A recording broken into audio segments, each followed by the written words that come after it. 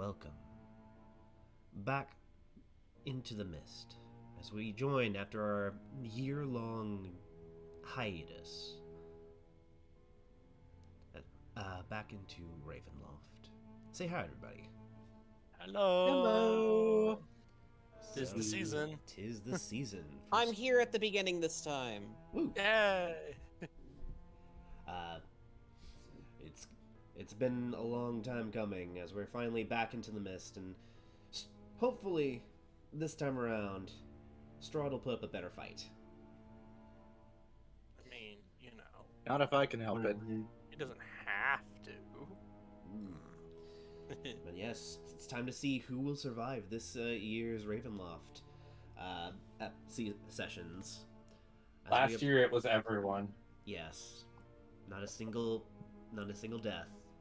This year could be nobody. Yes.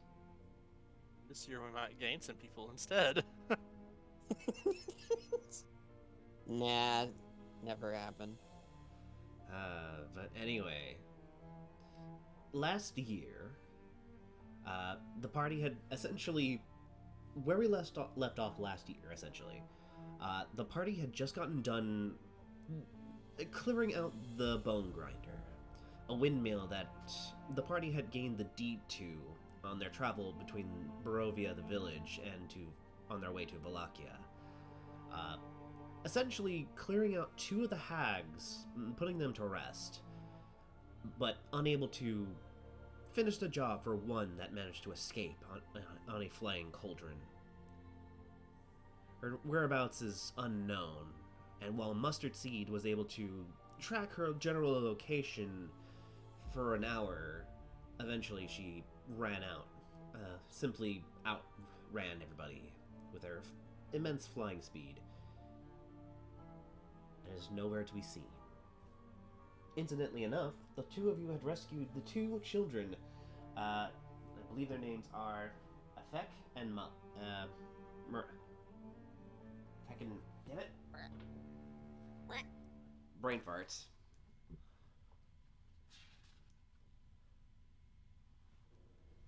They're commoners, so I never bothered giving them a character sheet. But they're two children that, incidentally enough, were two small porcelain dolls that have been posing as children for the longest time. I believe they... Damn it, my memory is going all out the shit. So with your mic. Yeah, I don't think they were dolls, and they were actually children. They were just like souls. They were ghosts. Yeah, they were ghosts. They were you're talking about Thorn and Rose. Those were the ghosts. No. Yeah. The ones that we rescued from the witches were, I think, carionettes or something along those lines. Hang on. They were Anyway, homebrew they're race that animated came out at the dolls time. that have helped us with charisma checks because they look like were children. cute children. Yes, they're the actual race that they count as Welsil. There it is, yeah. They're basically porcelain dolls that are used to replace children in the middle of the night by Fae that steal children. But they're still people, so they kind of grow up. Yeah, but as Fae constructs. Anyway, these two kids essentially say, "Hey, we got nowhere to go. You guys are nice. Can we please come with you?" And they promise to help you guys on your travels, which is needed because you're very colorful and very non-human. Colorful. Yeah, very non-human oriented party. Was gonna need all the help you can get. At getting into Vallaki, which, incidentally enough, is a lot more colorful than you guys would have thought, being Ravenloft and all.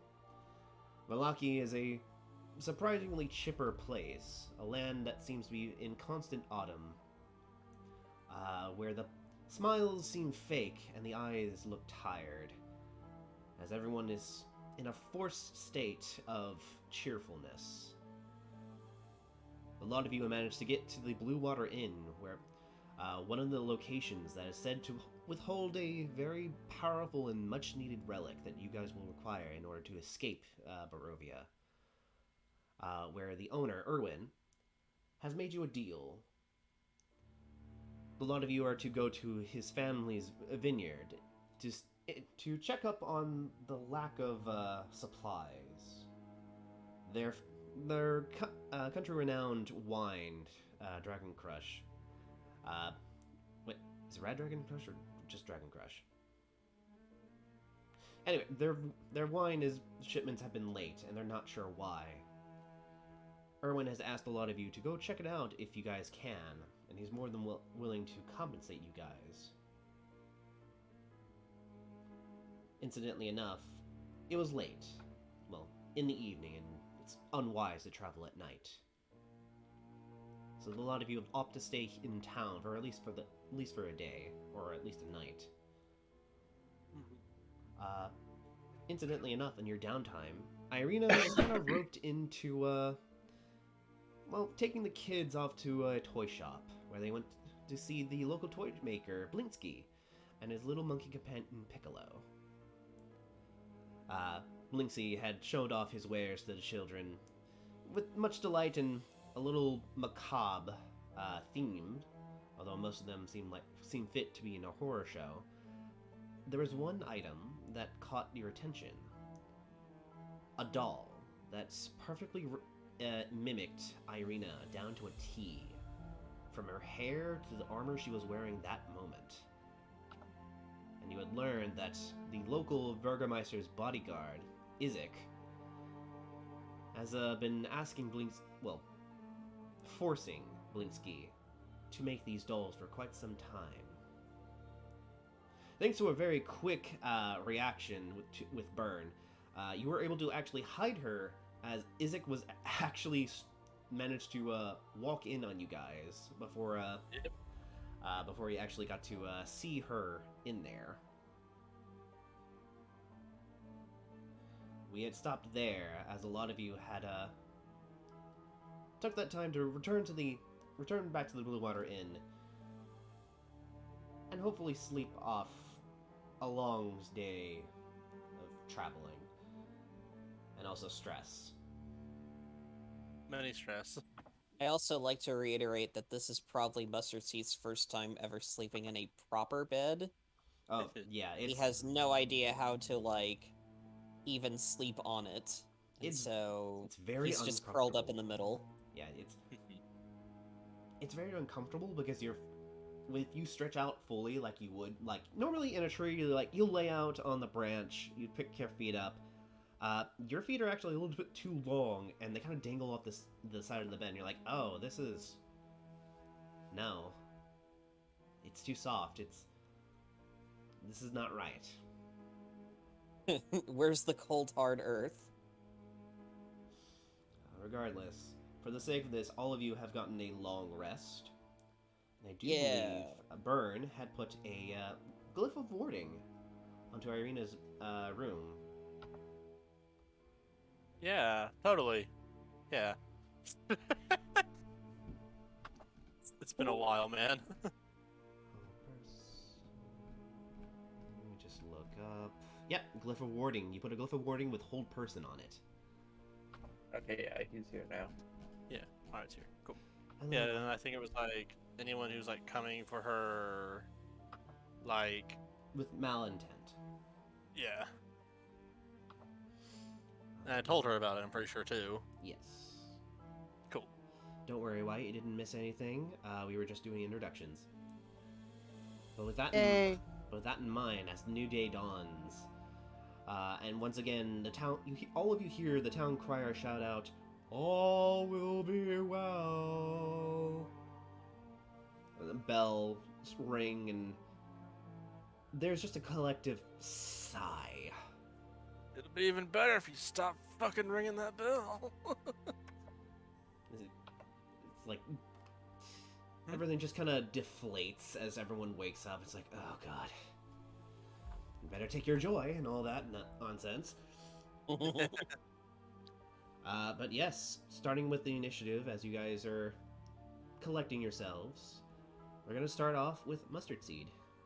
You wake up relatively stiff, because it kind of felt like you were sleeping in mud with how soft this bed was.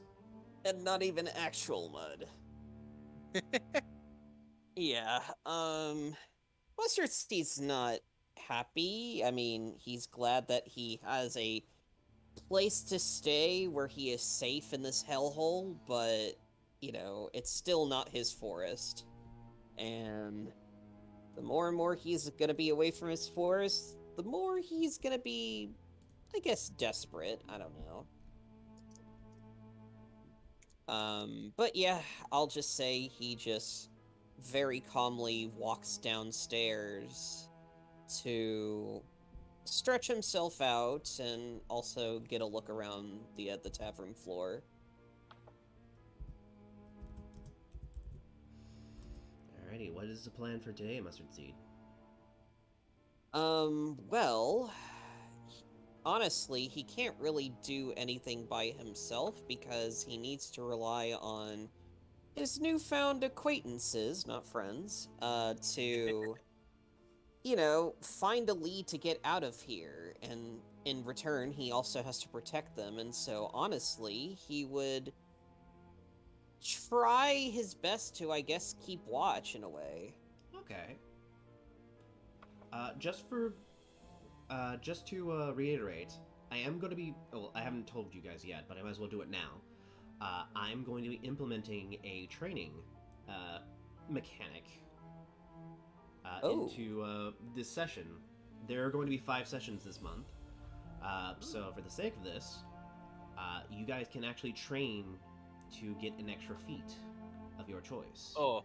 Ooh. Extra Ooh. feet, you say? Yes. Ooh. Just keep that in mind. There is You are- Oh, we'll keep the feet in mind. You are Um, echoing, by the way. Yeah, you're echoing on your end, Gray. Shit. Son of a bitch. I'm fine. We're gonna have a feet fetish, if you will. No, that's for low boss.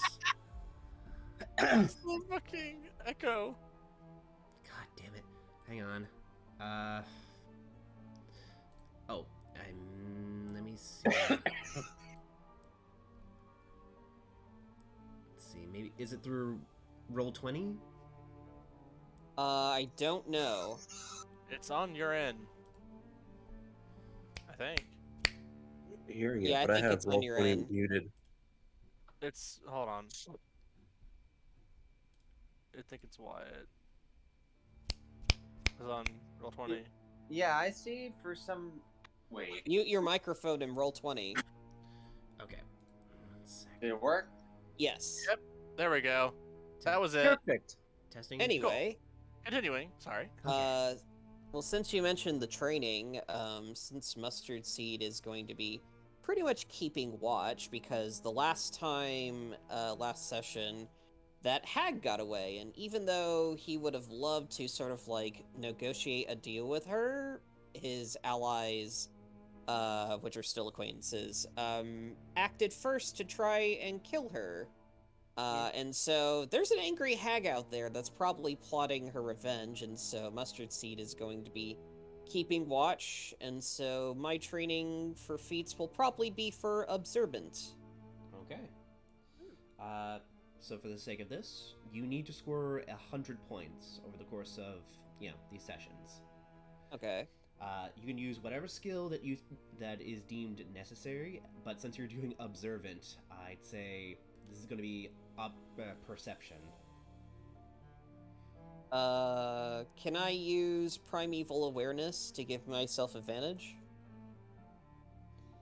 You know what? Yeah, I'll allow it.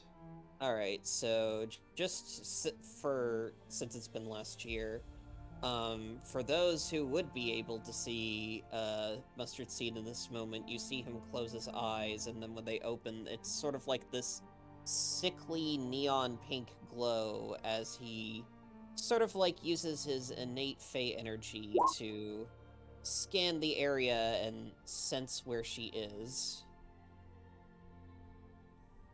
Alrighty. And so now perception with advantage, right? Yes. Alright, so this will be a +6. Oh shit, natural 20. Okay. Shit. Record 26 points to your training, essentially. Make sure to write that down. Wow. Like one of those little extra resource boxes. Yeah. Figure out what feats would be good. Same. There was that place I went that had a shitload of feats that I could look at once. All right, I wrote it down. Okay. But yeah, do I see anything? With that natural 20, and you're looking for undead, correct? Well, I mean, the hag is considered fey, right? Yes. Hmm. I'll say, hmm. I'll say for now, I'll try and sense undead. Okay. I'm As surprised they're everywhere. Sorry. you do, Whoa! you are able to, you notice something rather strange. As you're looking around with that natural 20, there's your occasional, like, undead, like... You do sense that this place is littered with undead, maybe inside and outside of this place, of Vallaki. As your senses outstretch and your own fey magic creeps into this area. Let's see, how far does this go? 6 miles. If in your Fuck. favorite terrain. Yep. We are in an urban setting, so I'm thinking this is only up to a mile, but that's still enough to cover the entire city. Because the town is only a mile wide. Alright. You pick up a cluster of a lot of undead in one place. Oh. As you actually look out the window, you spot something. In the direction, there is what seems to be just a coffin salesman, coffin shop. Ironically enough, you sense undead there.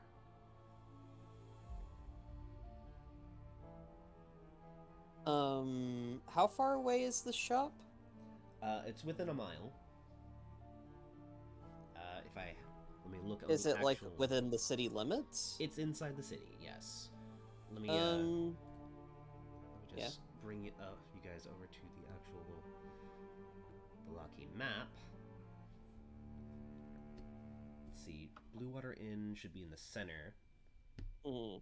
right here, and the coffin shop. The book.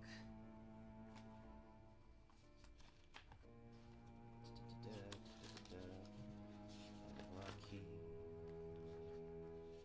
Church.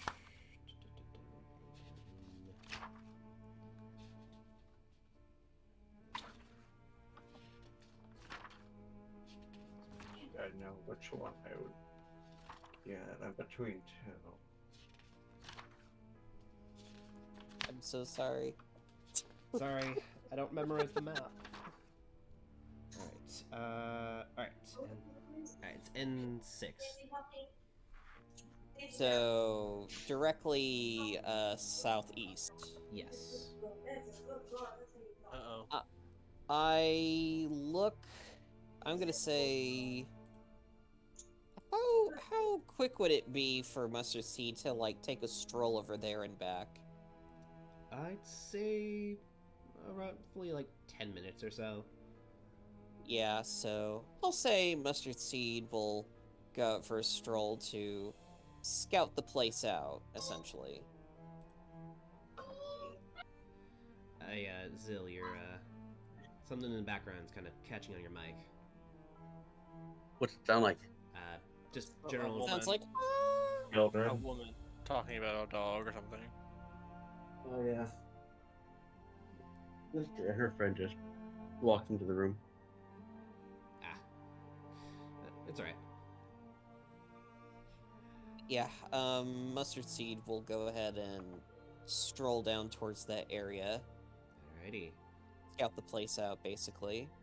As you go to check out the place, you notice something weird. skies above are cloudy, but in a weird pattern.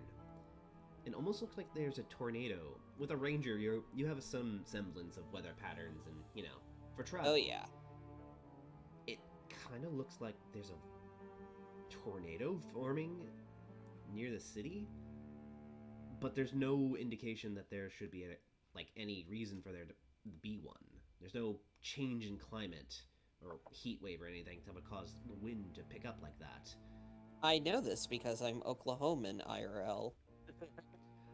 Not to mention, there's no wind. There's not even the slightest breeze in town, and yet. Can I roll like a nature check to see if this will actually form into a storm? Go ahead. Nature.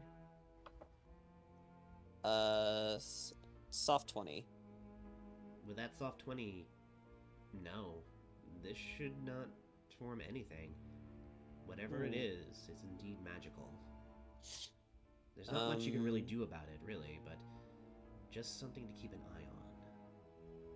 Just I'm gonna continue forward then. Alright. As you go and check out this area, as eventually you do make your way to there, and you do see the coffin shop. We're gonna go next in line. Oh, there's a line? Oh, initiative. Oh, okay. Yeah. Because they didn't have their token down, I didn't really get a chance to add them. But for the sake of this, we're gonna pull back a little bit. Ooh. Outside of Barovia, outside of the mist, in an ever expanding drift into the infinity. As as Zeal, Yeah. how do you please introduce your character and their current state of mind? Ooh. So, Psycho is actually a job title and not his name. But his actual name is Shem. All right. I'm actually not sure what all to tell you because he's one of his whole shtick is that he is very much a trickster, and so What does he you can look like? really. I will get the. Oh, cool! I got a 28 on stealth. His my move was going to be to track Mustard Seed because he is actually going for the same thing I'm going for. And Oh. since I see him arrive, I'm going to fall back and basically I've basically been staking out the coffin shop for the same reason you're going there. Is it for the But- same reasons? What was that? I said, is it for the same reasons? Well, if it's because you're tracking undead, then yes. We'll see. We'll pull back just a little bit before that, though. Okay. I put the picture in the character art tab so you can get a look at the gremlin himself. Oh my god, it's another fairy. Rude? But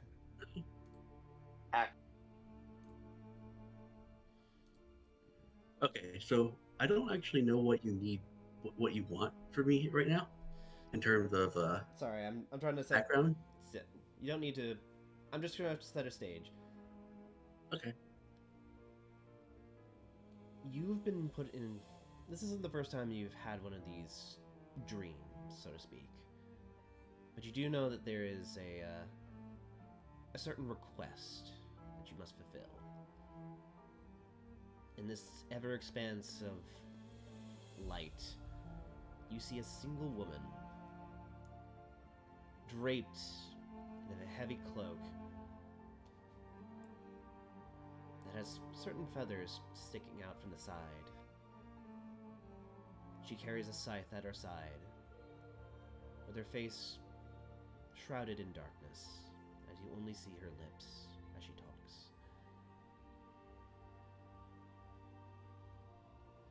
You are tasked, one of my dearest champions. I give you this task, not without caution. Know that I send you here, knowing full well that you are capable enough to handle it. The nightmare must come to an end. Go forth into the mist. Let the dead rest. So says the Raven Queen. Gasp. And you are currently waking up from your stupor as you have managed to sneak your way into Vallaki. Your mission is quite simple. You are to exterminate all undead that you find. Simple and clean. Something that you've come to enjoy. You yourself are kind of flying stealthily through this very overcast day, as you yourself spot a fey creature, no less. Actually, if I don't already know about the undead being in the coffee shop, do you need me to like roll for that, or should I just go fully read because his character looks like a zombie? Later. Wait, mustard seed? No, beloved. No, I said read. Okay. Yeah. No, for the sake of this, you're currently over at, like, N6. You do spot Mustard Seed, as he's been casing out the place as well, as you yourself got a bit of a hunch that there may be some undead activity centered on this place. So, Camille, what is your next move? He's actually going to drop down, and directly in front of Mustard Seed, he's kind of hanging upside down, and just looking him in the face and says, "So you spotted him too, huh?" So what exactly is your character? Like, is he a fairy? Is he a halfling? What is it on this art? In terms of like race specification, he's listed as a fairy just for the moveset, but I listed his race as psychopath, which is a spirit that carries souls between the living and dead. So mechanically speaking, he is a fairy. Yes. I'll say, what did you say again? Sorry? I basically just said, "So you sent it too, huh?" You hear him reply in this very sort of like soft, almost breathy voice. You hear him say, "Maybe, maybe not. What is it to you?" Boy, aren't you freaking fun? Well, I just so happen to have a job that says I should probably go check this place out. That sounds wonderful. You go take care of that. And I will attempt to just walk past him.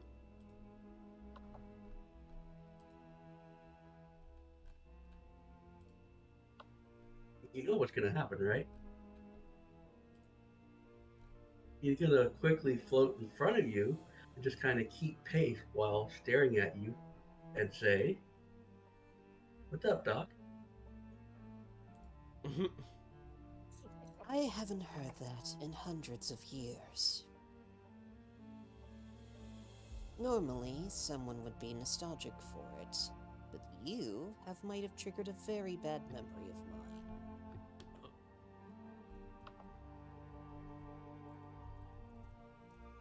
To quickly describe for Zeal, you see this sort of like strangely effeminate yet very clearly male sort of Harengon who's like bleached black.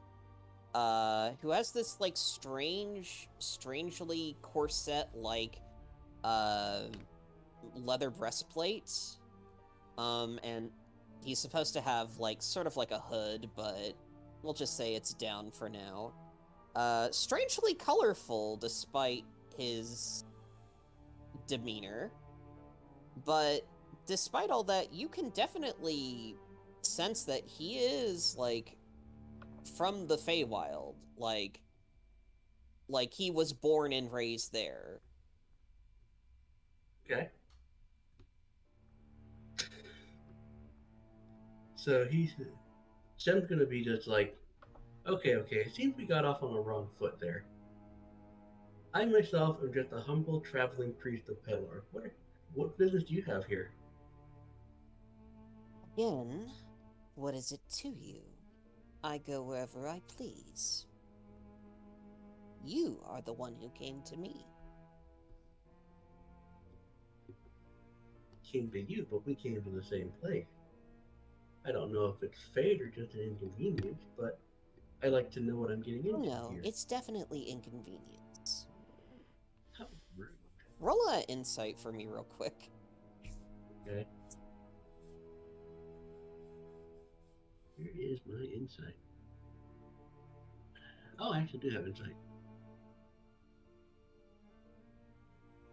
18. It's strange, you just assume, hey, Faye, we could totally, like, buddy over here. You get this weird feeling that he's giving you the cold shoulder specifically because you are a Fae. Well, I actually wasn't expecting you to be a friend because we're a Fae. Well, that sounds like it's my fault, then. Apparently, there's been plenty of people from different worlds that ended up here. I should have expected more of my kind here, but I guess that was wishful thinking. Right. Mustard Seed, if you Mhm. could, give me a general intelligence check. General intelligence? Okay, so +2 then. Alright. Okay, 13. Right. You're looking over this strange pixie that at least you assume. They seem to be picking up the undead presence inside of this place as well. You can tell because they're able to do that, you put two and two together and think, okay, this guy could be useful. You understand that there is you understand that there is acquaintances can be very useful, especially in a place where vampires are running amok. I'll tell you what. You limit your mannerisms around me, and perhaps we can work together for the time.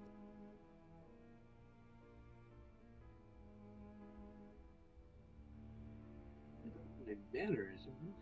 You mean like this? And he just sort of fades into the shadows. Do I need to re-roll a stealth roll, or can I take my old 20? No, you can take your old stealth check. I know it's a hard ask of you, being who you are, but do try your best. I have. He's mostly just saying keep the bunny jokes to a minimum. Okay. Well, there is a real meaning to it, but yeah, that's the impression he gets.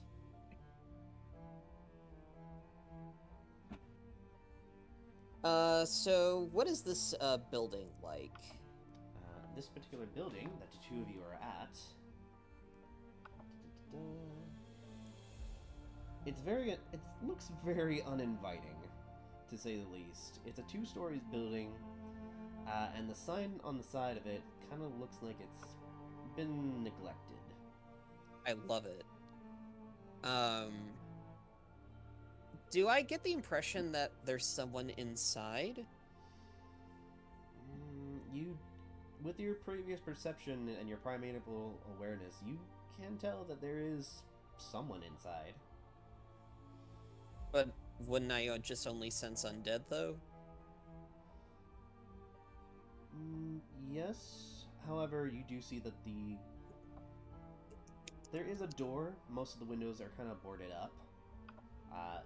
It is technically open. But you get the feeling that if there is someone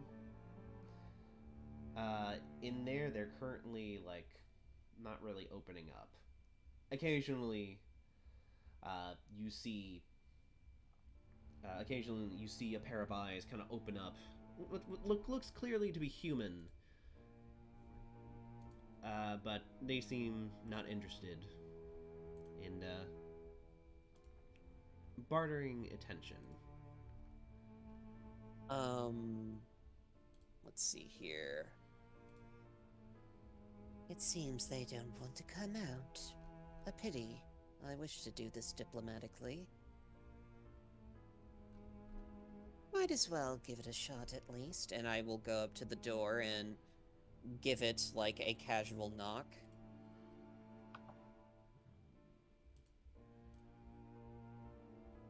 Alright. Give me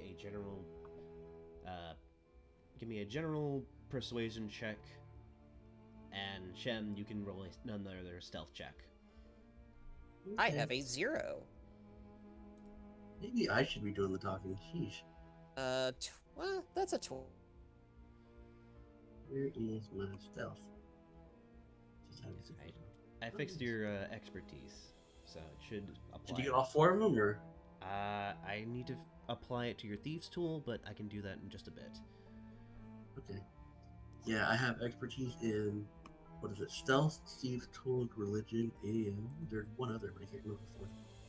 I can't get this thing to open all the way. Right. Well, anyway, all that's... The other- We'll do it as we do this. Yeah, deception's the other one. Okay. Alright, I will... That's not as good as a stealth roll, but I'll take it.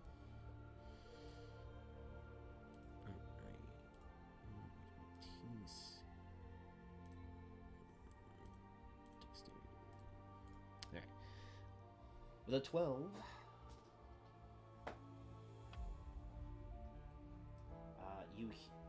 you hear a slight commotion, and the door opens up.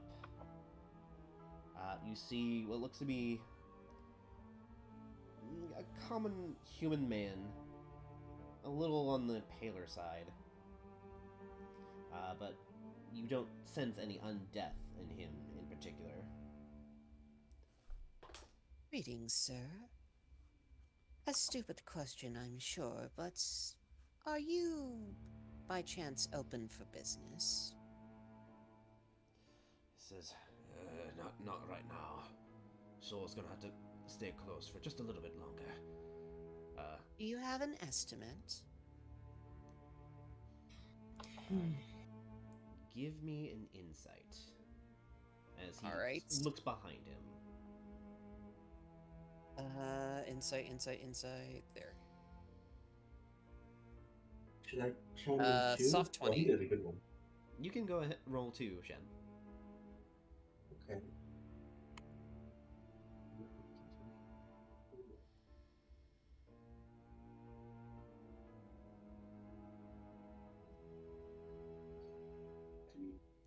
It's another insight. There it goes. Okay. Let's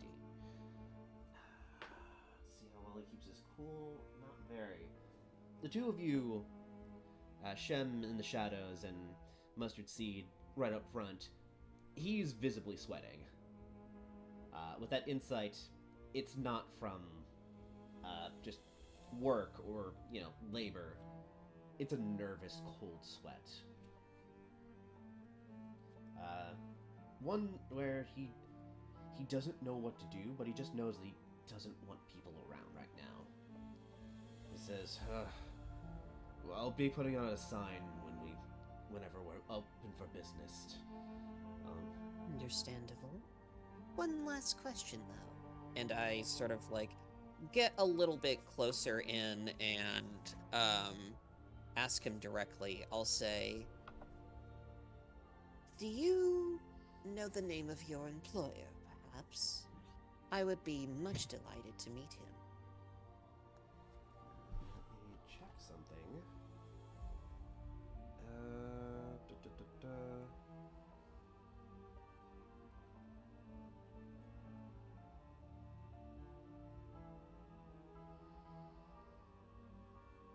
I work for the city.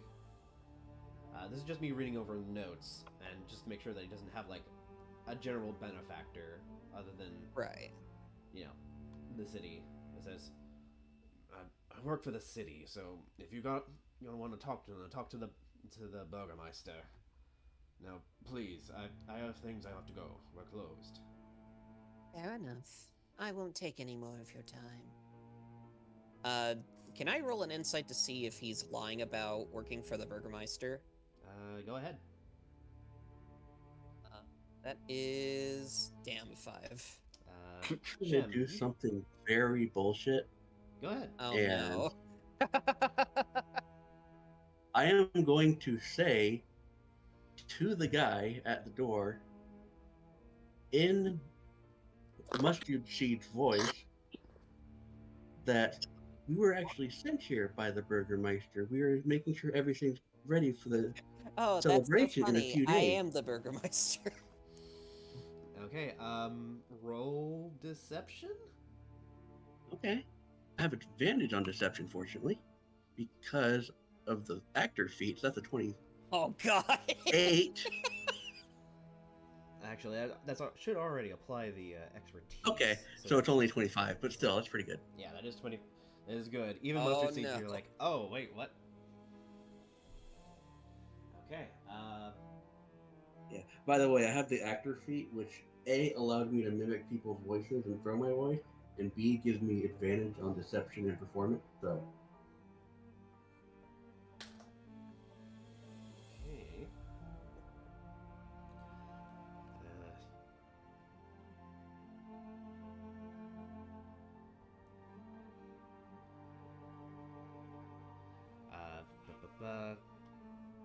Well, he believes you. But that only managed to put him more into a panic. It says, look, tell him we're closed. I don't have anything prepared yet, so please come back later. And he slams the door. And the window seal or whatever he's using to talk to you guys. He'll see Mustard Seed sort of like just stand there blankly staring at the door for 10 seconds, a little creepily, and then he'll walk away. And as he's walking away, he'll whisper to Seal and say, Well, I admire your determination, but that could have gone very badly.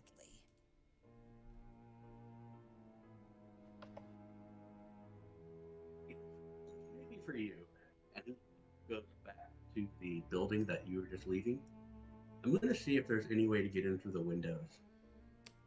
If there's like What a are you lock I need doing? to check.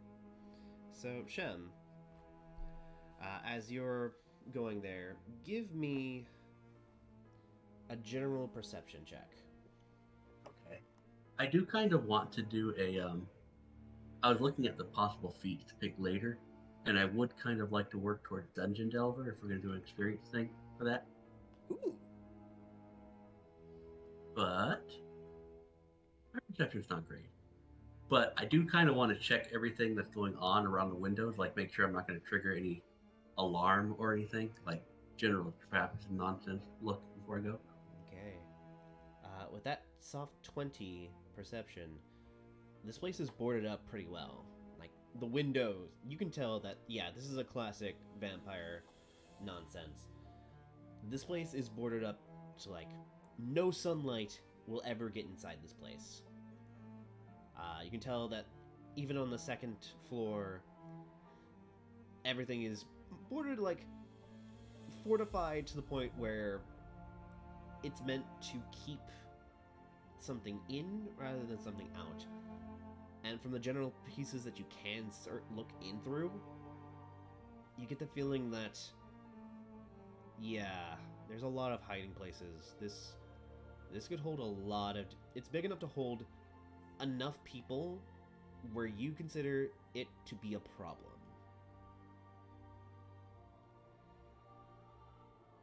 So is there any way I can get in and sneak about and sort of get a lay of the look inside? Like, I don't mind opening the front door if I have to pick the lock, but I figured that would make too much noise. You get the feeling that, yeah, most of this place is barred up, like, too tight, even for your tiny frame. Like, Okay. this place is built to, like, block out, like, actual sunlight. So it's almost borderline airtight. Okay. So front door doesn't look like it'll be a good option. I think I'm going to need to spy on the Burgermeister eventually, but that'll come later. Fair, yeah. This. Okay. Do you want to progress the scene a bit? Because Yeah, because Mustard Seed is already heading back. So you'd have to catch up with him. That's if he decides to go after Mustard Seed. I feel like he would be exploring a little bit. Alright. Mustard Seed doesn't care, he's going back. Okay. Alright. So, floor's yours, buddy. Okay. Well, I do still kind of like the idea that if eventually he runs into Beloved, he'll inspect her because she looks like a zombie, and that would probably pique his interest. Oh no. Alright. For the sake of this, you continue on your search. As the day goes by, Mustard Seed, you return back to the Blue Water Inn to regroup with the others. As Shem, you ponder on how you're going to handle this. But in the meantime, Johnny. Yes. You wake up from your bed. Not the first time you've woken up in a new place with a moderately shabby bedroom. It comes with a job. What are your plans for today? Given the training thing, I think I have an idea of what he might be good with. But he's been with a lot of weird creatures, and magics of all type tend to be flung around at the time. And some of it, like say more shadow-based magic, kind of gets into him over time. So the feat I'm training is shadow touch. Nice. Alrighty, you decide that you need to maybe rekindle a little bit with your natural talents. He essentially decides if this is gonna be like this, I might as well learn how to use it well. Alrighty, you can roll me either Arcana or just a general Charisma saving throw. 27. Okay, add 27 to your training. Nice. You think to yourself and you're like, alright. You close the windows, you make sure that the room is as dark as possible. And you sit there and wait. As you pull out your violin. And you play a haunting melody. A melody strong enough to make the shadows themselves begin to dance. I got a song for that.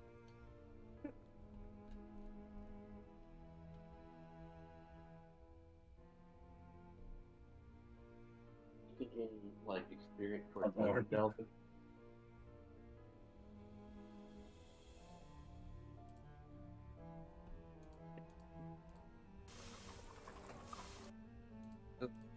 much I need to do at this point.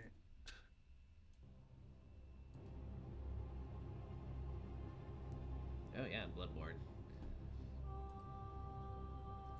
Alrighty. As you play, you feel more and more in tune with the darkness. So you yourself feel your own presence extend outward and join, mixing and mashing shadows and darkness together. The sense of dread, a sense of fear, and a sense of relish through the dark.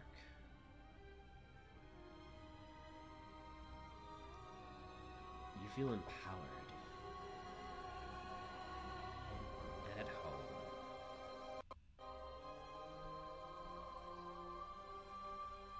You feel as though if you continue on with this way,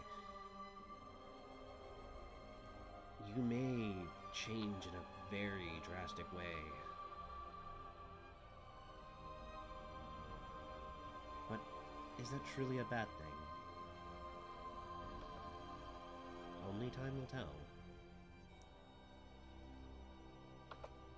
Eventually, your personal concert does come to an end.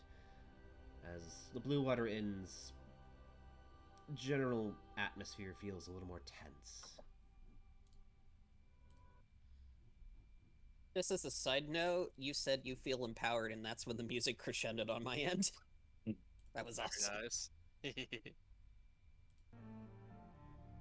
Actually, let me switch over to my ambiance. Yeah. But eventually, after your concert ends, it's people move on with their day. They seem more all will be well. Got shit to do, so let's go on about it. Apart from your training, is there anything you would like to do? Explore the town, see if anyone can provide some aid. I don't have anything I actually need to do. Just wait until we're all ready to head out. One thing of note, you may want to consider getting rations. Do I have? No, I have 5 rations. 5 days. How many? Where would I get the? Do I even have? I have 5 gold. Does that get me anything? Oh yeah, for 1 gold you can get like 3 rations. Yeah, I'll go get some rations then. Yeah, as you come down to the Blue Water Inn, you actually spot a few people. You ask Erwin, about where you can maybe get some rations. Incidentally enough, there are some huntsmen who come here regularly, as they hunt wolf and sell their pelts and meat for a living. Let me see their name. Their names are... Oh god, that's... Schloder. God,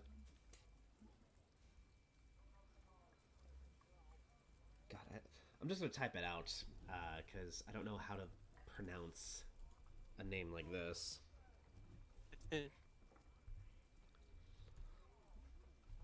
Slodar. Come on. Szvoldar. And Evgeny. Yevgeny, Zoldar. Zoldar and Evgeny. Evgeny. Evgeny. Yeah, they're like Swedish, Scandinavian, Yeah. where they put letters together that don't look like they're supposed to go together. Yeah. With a quick... oh, that's where I'm going wrong. I was spelling in the other R. The two of them huntsmen that have come in for a quick drink to sell some of the wolf meat that they have gotten to Erwin. They see you. They say, "Ill, huntsman. Good hunting on your end, I suppose. I see." Well, I think I hunt the same thing as you. Hunt. The hunt is good all around. Plenty of, plenty to go around. I never. But I hear that you are seeking rations for your travels. We have fresh kill for sale. He holds out about, let's say, 3 gold pieces. Says, how much does this get me? For 3 gold pieces, we provide 9 rations of freshly slaughtered wolf meat. They were hunted. We'll be traveling out to gather fresher kills soon. But yeah, you Head have back and nine get. 9 rations of basically wolf jerky. I have 2 weeks worth of food.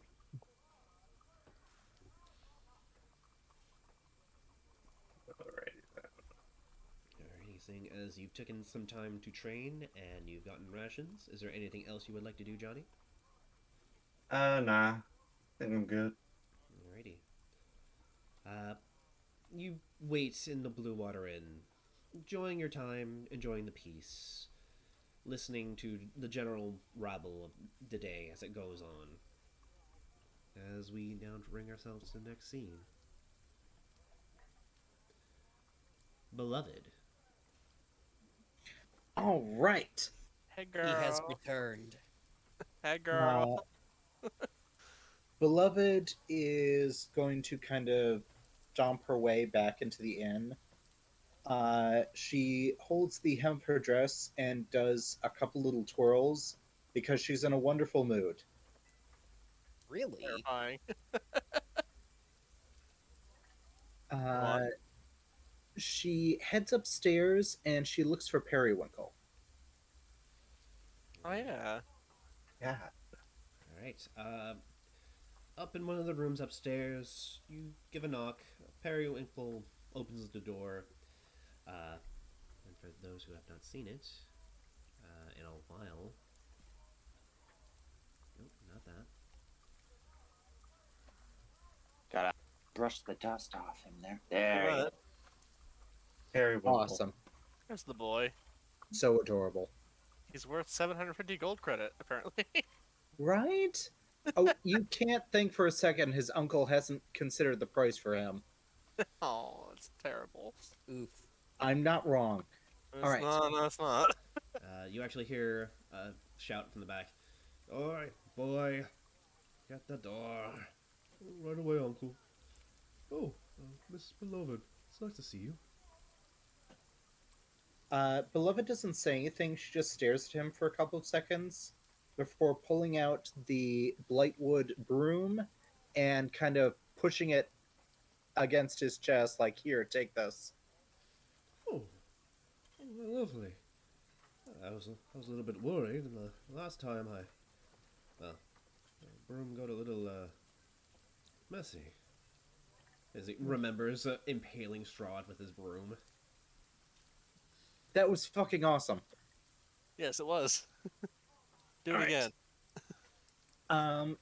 Gray, it's up to you if the broom has any stats, but it is Blightwood, so it's uncommonly strong. It is indeed strong, and it will not break under normal circumstances.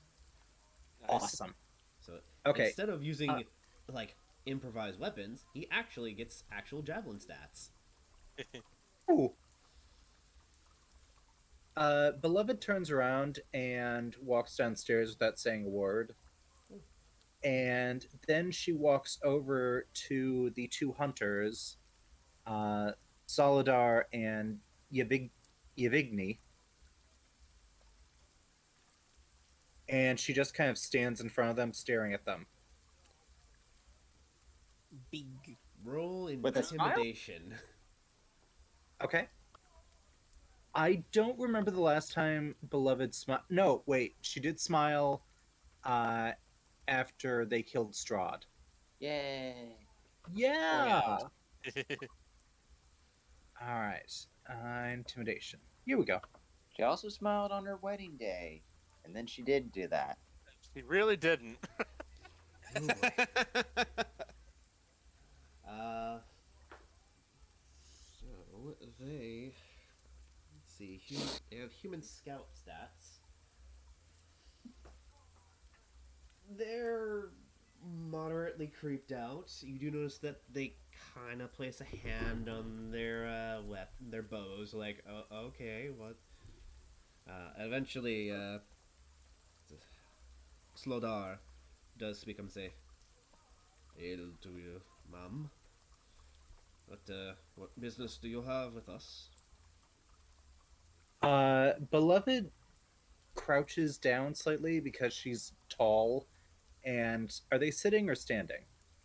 They are sitting at a table. Okay. So she has to kind of crouch to be at eye level, and she puts one hand on the back of the chair, and he can hear it kind of cracking slightly from her grip. And she says, I want to hunt wolves. So she's offering to help them with their daily hunt. Well, all right then. Roll persuasion. how diplomatic. Because Straight to the point. they are mildly intimidated, so I'll say this is with advantage. Thank you. All right. Persuasion. Here we go. Nice.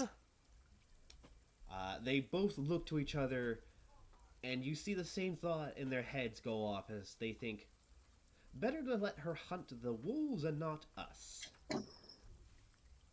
Pointing in the right direction. As they simply nod their heads and say, well, lass, we're about to go head out on our own hunt. By all means, you're welcome to join us. Won't say no to an extra hand. We'll be sure to give you your fair share. All right. So she's going to be using that to collect rations. Also, I will try to do the training thing while she's out there. Alrighty. And what? So, for the sake of this, Uh huh. you can either choose athletics or survival, since you're doing this while on the hunt. Right. Okay. I'm gonna go with athletics because that's higher. Nice. 22. Well placed. Go ahead and add 22 points to your training. Okay. And for the record, what she is trying to do is learning how to do a feat where she stabs a vampire with a stake in combat. Yes. Hmm. Yes, we talked about something like that earlier. Yes. For the sake of I was this- saying it for the benefit of the others. Yes. Gotcha. Let me go ahead and just copy paste this so that everyone can actually see this. This is a custom feat. It's very much a unique feat. For the sake of this, those who wish to, maybe retroactively get this, you're more than welcome. What is it? So, here is the rulings of this particular feat.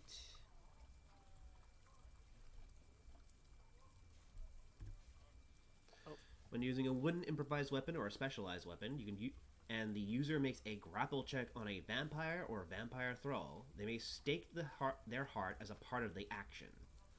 Should the user win the check, the vampire gains the paralysis condition until the stake is removed or they are dead. The vampires that have CR of 15 or higher can roll con saves at the end of their turn to force the stake out, however. Neat. For the sake of this, I'm naming this feat Vampire Hunter. Yeah. Okay. Got it. Sick. Oh god. Someone's car alarm's going off. It's Strahd's. He doesn't want you to do it. Today has been really bad for, noise Noise. complaints. First, there's the party next door that's blaring music, and now we got cars going off, and it's like, I can't win today. You really can't. No. Hopefully next week will be better. Well, life is nothing without its challenges. That is true. That is true. Anyway, as the sound of the alarm has been set off, for the sake of letting people know that the beloved bride is on the hunt, everyone gets indoors and locks their children away. Aw. Okay, thank God it stopped. Except the children. The children are fine. Yeah. So with that, I'll say that this is let it goes for your hunting skills as well. Oh, thank you. Because this is essentially you racing up towards the wolves. You take out your Blightwood whip that you've formed, and you basically just impale the wolf right in the chest before it gets a chance to get a bite off. It takes a few times. You do end up getting a little cut up because you're getting so close. You do take half damage from this because this is essentially quick combat for you. Okay. Not a problem. You only take 3 slashing. All right. After the overall hunt. With your 2 companions also helping you with their bows, they make quick work to where by the time you get up to them, more often than not, you kill the wolf in one clean shot. With that 22. Nice. And at the end of this, you have been your fair share is 4 wolf rations. All right. They do insist on keeping the pelts for themselves because it's more useful in their hands than yours, since you're only interested in the rations themselves. Okay, she insists on keeping one of the wolf skulls. They won't fight you for it. You may Awesome. add I said 4 rations, right? Yes. 4 wolf rations, as well as a wolf skull. Awesome. Thank you. Alrighty. This eventually draws out the rest of the day. As you come back a little tired, but you're used to long treks. More food for the road, and more supplies to maybe tinker with. For the seconds, did Pepper roll in? Well, we'll get to him later. Oh. Wyatt has not rolled yet. I told him to wait until you zoomed in. And also, the map where our tokens were in is on a different map. Right, So right. he has Sorry. nothing to click. Sorry. In fact, we can't even see the turn order on this map. Sorry. Sorry, where is... Okay, here it is. Just move you guys over here. Alright, Wyatt, you can go ahead and roll your initiative, just for the sake of this. Make sure you put your token on first. Okay, so... Which You're room? Dr. Peepus. Did Dr. Cheese? What? You're Dr. Peepus. Yes, I am Dr. Peepus. You are Dr. Beppis. Peepus. Rufus. Okay, so initiative, token selected. You didn't select your token, but that's It's fine. alright, Good it's an one. 8. So Oh, it's right there! don't worry, Bird. You We'll have get to you click in a your little bit. token and then do it. What? You have to click on your token, and did. then... Right there, I see it. It's Yeah. at the bottom of the turn order. Oh, wait, what?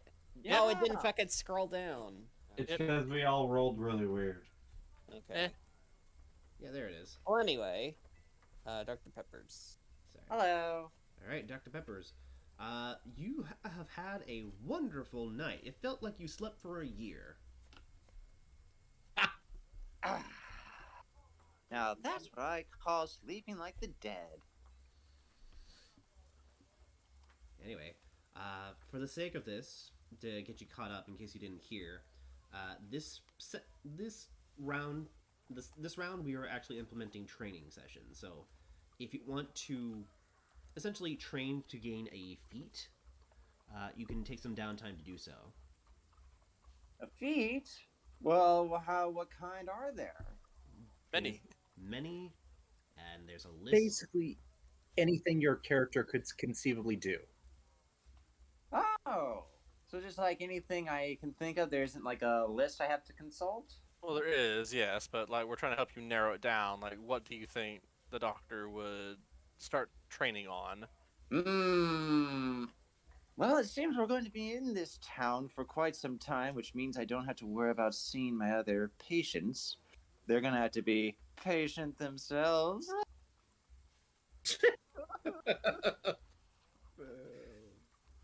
So I will have to get better at what I do best, medically.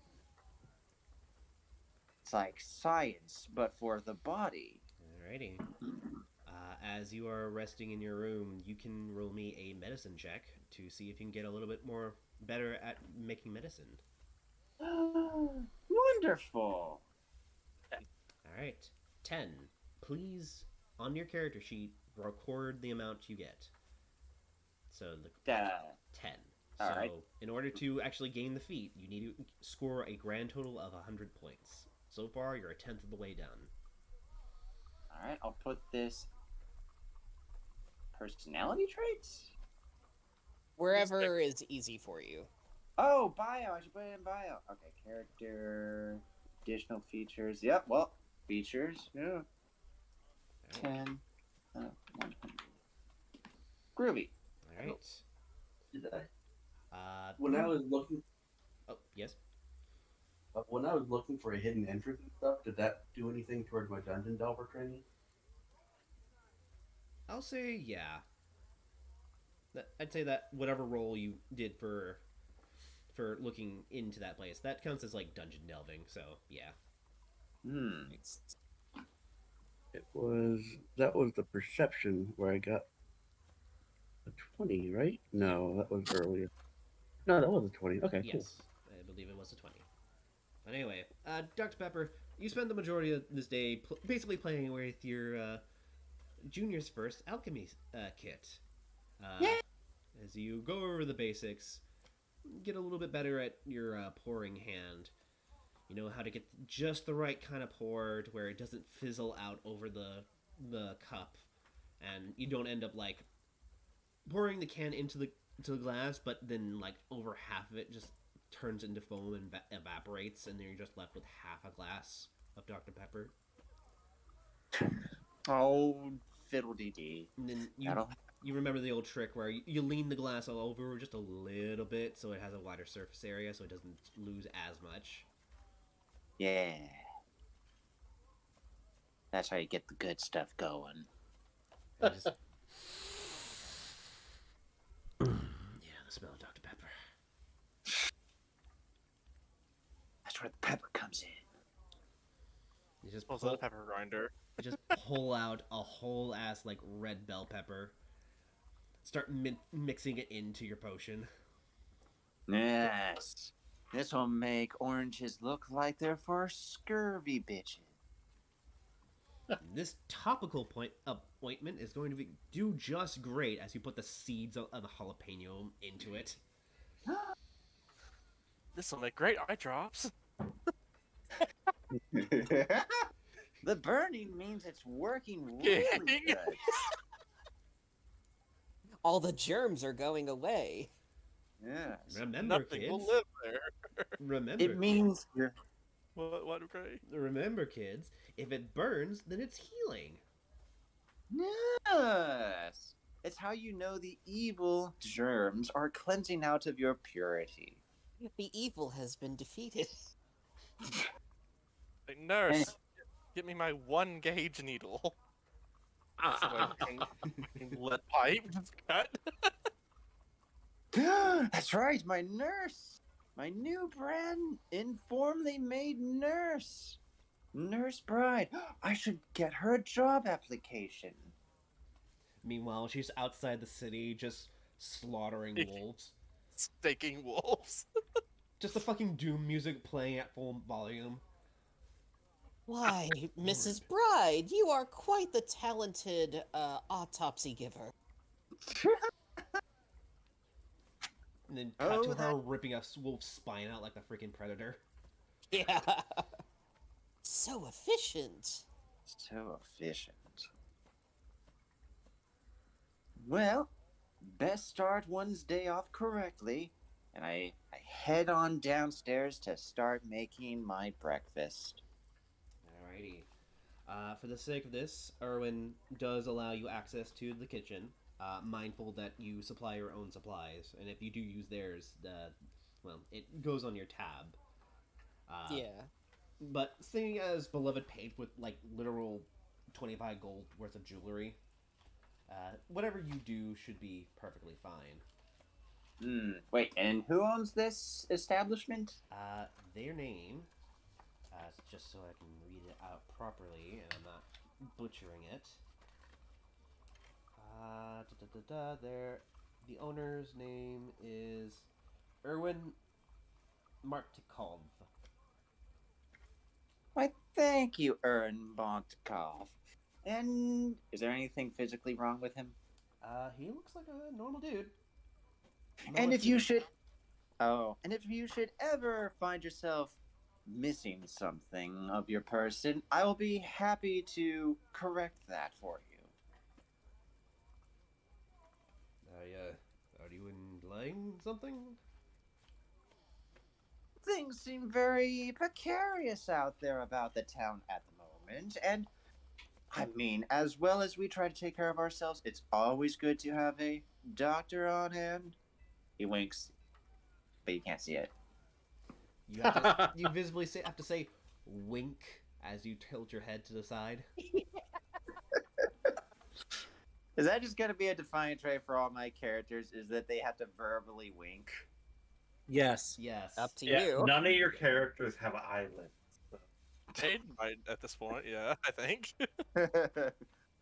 No, Ian has eyelids, but maybe she like tries to emphasize things way too clearly. She No, she still doesn't. says it. She does the nudge, nudge, wink, wink. I have to get you guys to watch Monty Python. I thought it was wild. One of Yeah. these days. Life of Brian's my favorite. Holy Grail. Holy Grail.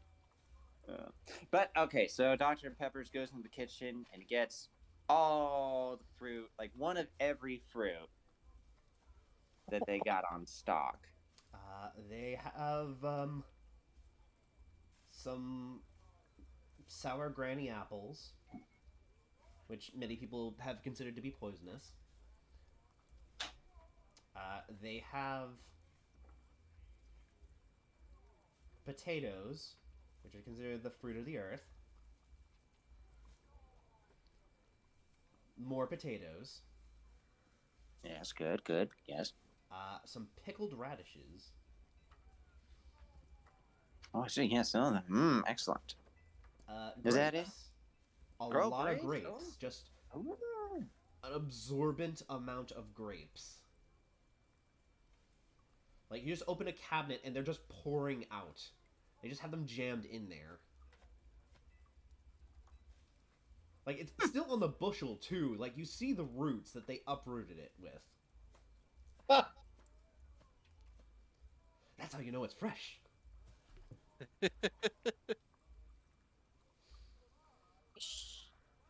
But yeah, when it comes Yeah, to actual really fruit, good. they, I mean, Wallachia, it's very much like wine and meat and potatoes. That's what you got.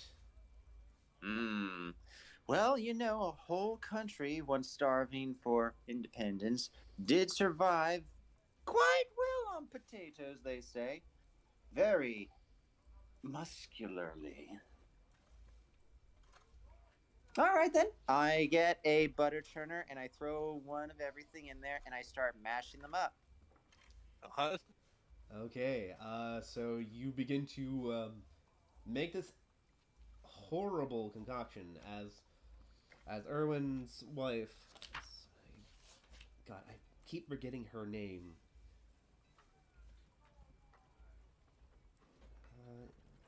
Reed, what was Erwin's wife's name again? I've been looking for my book, and I cannot find it.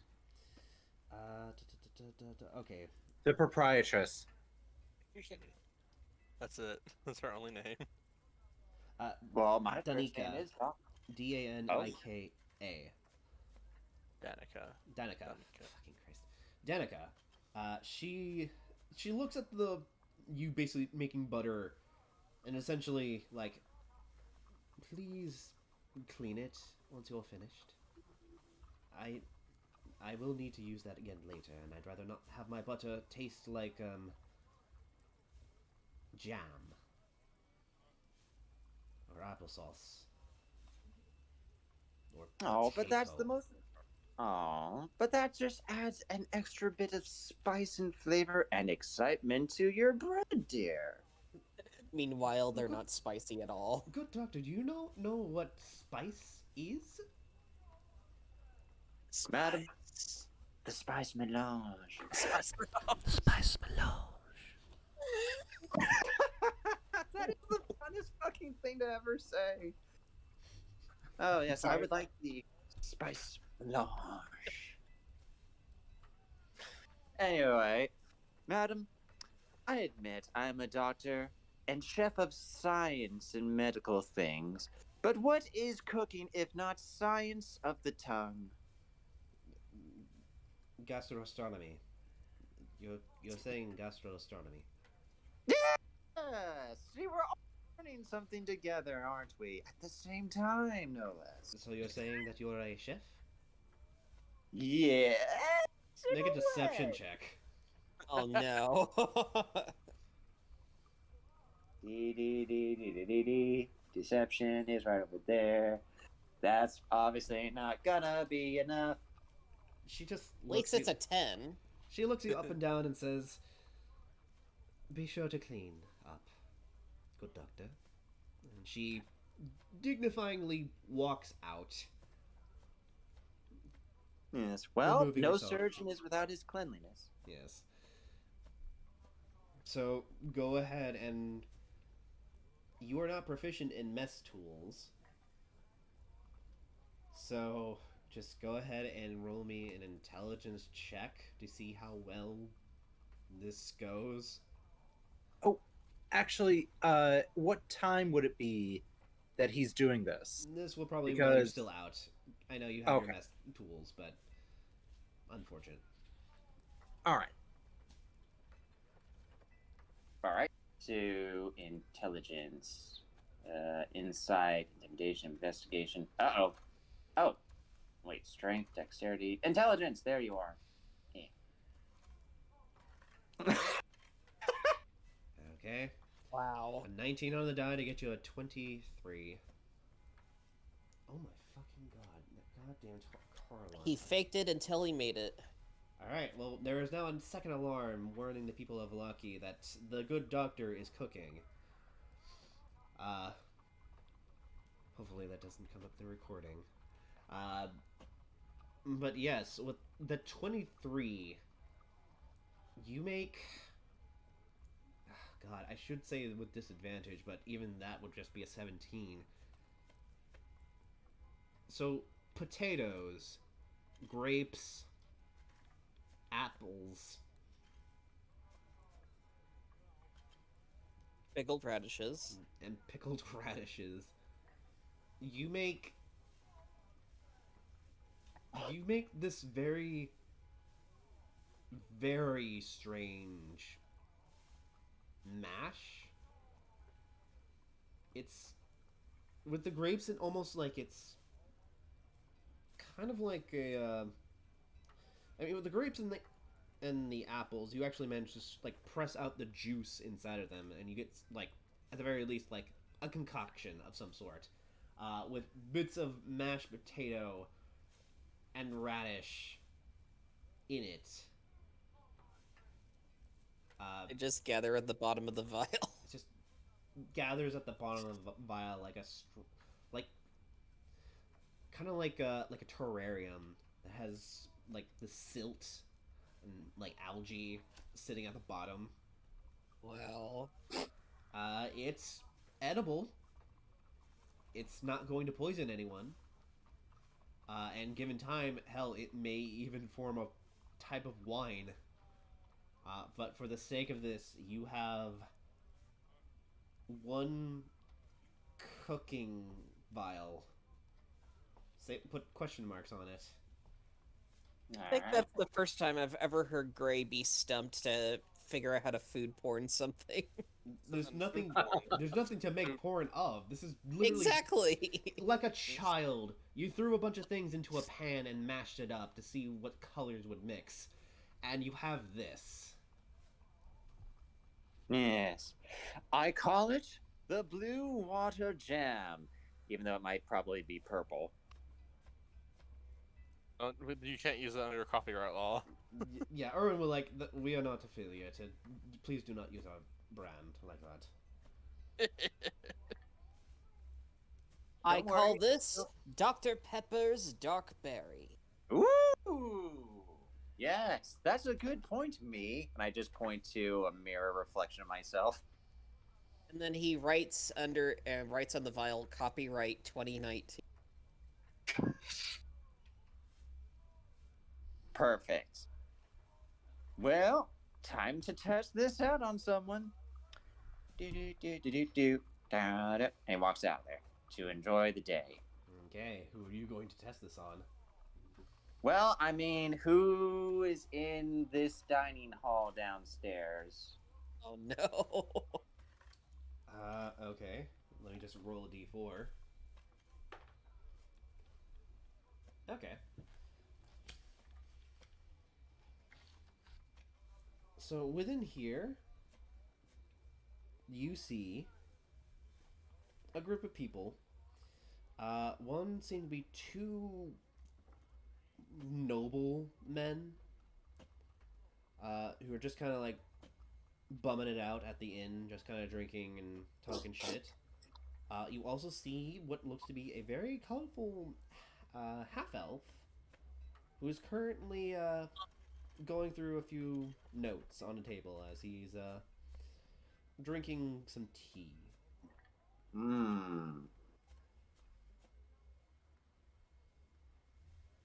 No matter who he picks, it's going to be hilarious. Yes. You there, my half-elf friend. You seem like a very learned man that could give a clear opinion of things. All right. He looks up and says, "Ah, greetings, my fine feathery being. Are you aware? Are you aware, Raven, by chance?" Am I? No. No. You Then are... yeah! Probably. But you have arms and not wings. Why? I've never seen such a strange oddity like yourself. Well, it's the future, my good sir. We can't all just be primitive, unevolved creatures forever, can we?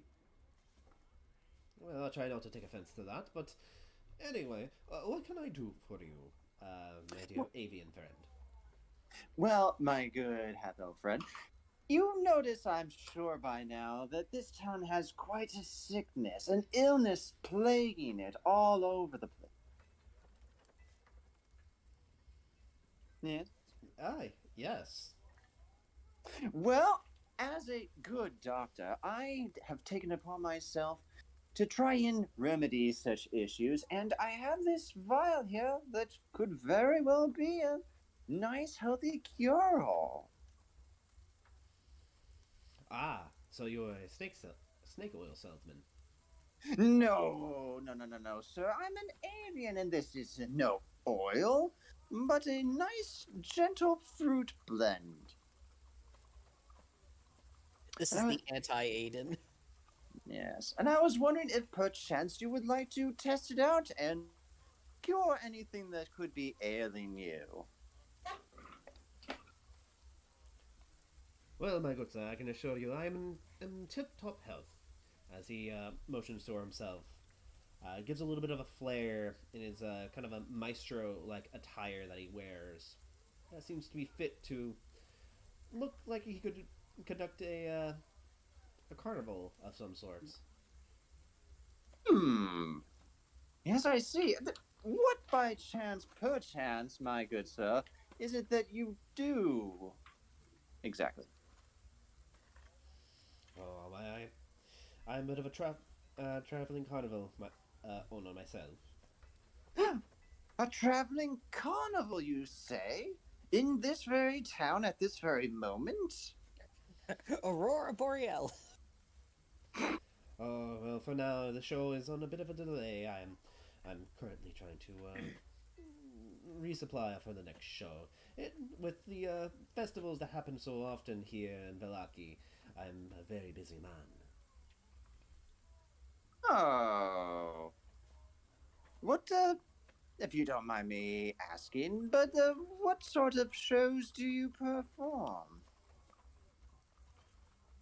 Oh, and the standard animal shows that we perform for the kind people of Velaki. Hmm. How much is a ticket by chance, my good sir? Oh, it's a simple festival that happens all the time. In fact, with the upcoming festival, the Rising, actually, let me look at the actual name. Oh.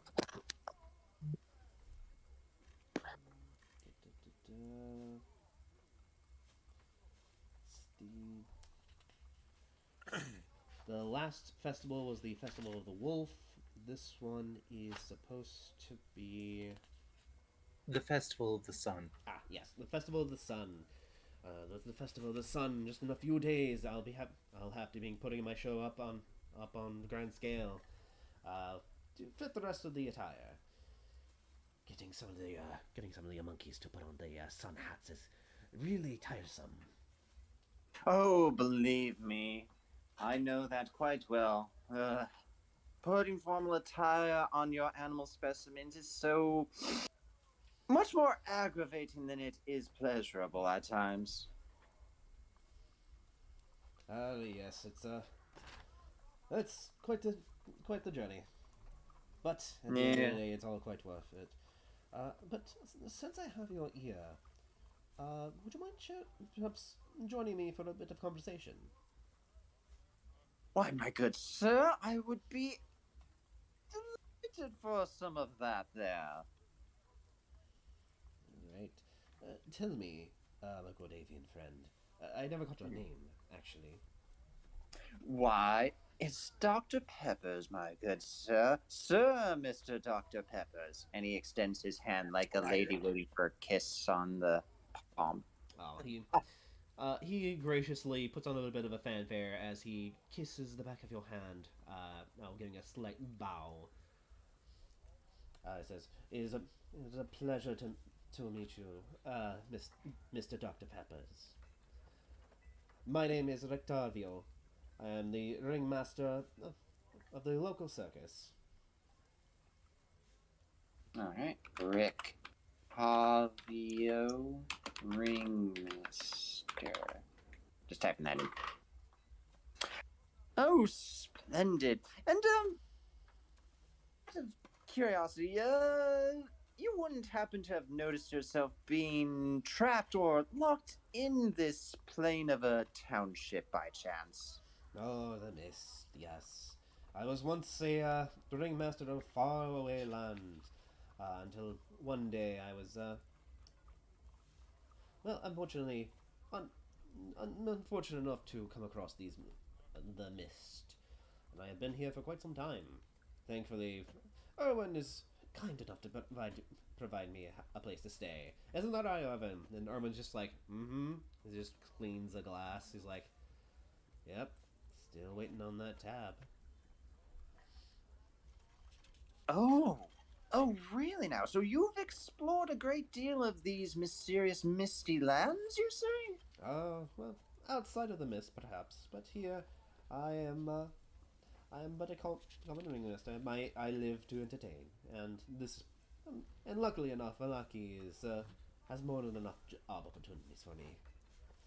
But back on what I was saying, tell me, friend, what do you know of the Vistani? Astani. Do I know anything about Astani? You know that they are Snotty. Vistani. They are a wandering group of nomads who have rumors to say that they kind of work for Strahd. Oh, are they the wagon people we met along the way in here? Yes. Yep. Yes. Exactly. Oh, you mean those vagabonds that hang out in wagons and give mysterious fortunes for lols. I see. As the kids say. As the youths of today and possibly yesterday would say. Ah, yes, the the Vistani, and their TikTok. They just have clocks that act as like typewriters. Call them TikToks. Oh God. And they pull out like, and then when they go to the Wizards of Wine, they use Vine instead. Great, I'm gonna have to Terrible. kick out of my server. No, I just got there. Well, then there'll be very little to miss. I'm kidding. Aw. No, I demand you stay even longer because you give such fine dad jokes. But anyway, your simple explanation to the Vistani doesn't really seem to pique Rictavio's interest. I see. I've heard quite a few rumors myself, but more of the same from what you've heard. I don't suppose, with you being as avian yourself, what do you know of were-ravens? It's becoming very clear that you're not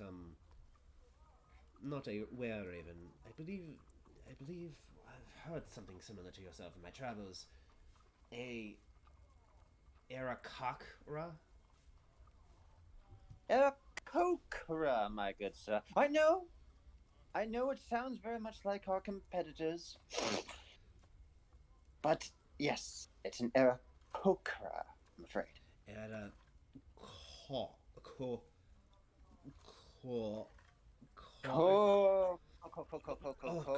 good gracious, that hurts my jaw. I know, it's such a vile business affair. I don't know how anyone shops at the pharmacies. But it's Kokra. Arakukra. Porca. But yes, Kokra. I have done quite an extensive amount of vocal training to get such awful habits out of my throat. Although it does still leave a bit of verbal inflection flares on my palate. Hmm. Oh, you were saying? No, that was it, yes. But I'm actually a doctor by trade. Ah, well, I'll be sure to, whenever I have a cold, I'll be sure to come to you. Yes. And yes, That's... I've actually been in search of a certain group of people. I require certain information. You seem like a trustworthy sort. You're definitely not from here. Don't seem No? to be. Tell me, what do you? I heard early. I was actually in the other night. I heard that you were a band of travelers aiming to oppose Strahd. Oh, yes, we got in such abysmal affairs, I'm afraid. Quite out of my comfort zone, but, times are what they are. A necessity for assisting others. I was actually here to see one of my clients, the Burgermeister, but it turns out he's all dead and stuff. So we had to, things sort of spiraled out of control from there. The Burgermeister? Do you mean the Burgermeister here or the Burgermeister elsewhere? There's another Mr. Burgermeister? Yes. The Burgermeister is a title. It's how do you say, the mayor of said villages. At least, I think that's how it's said in common. Well, as a customer, oh, goodness, I don't even have my death certificates to hand out. I hope he had his affairs in order. I'd hate for his other burgomeisters to find out without any informal or formal notifications. Well, the Burgermeister here in Valaki, they are actually, the Baron, uh, Baron Vargas Valikon, Valakovich, is in good health.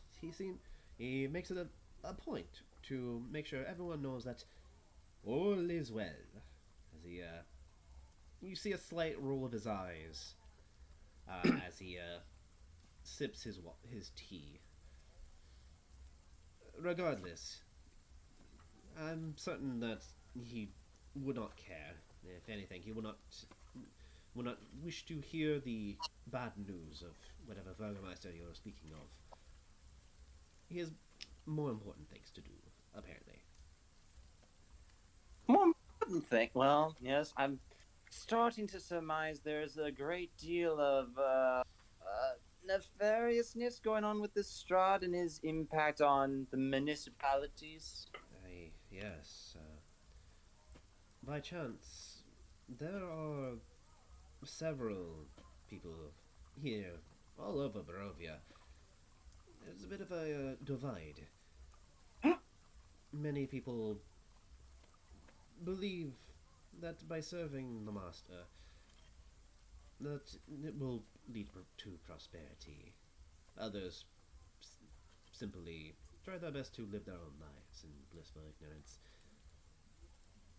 By chance, on an off hand chance that you know someone, do you happen to know anyone by name of who by chance may be in league with said Strahd?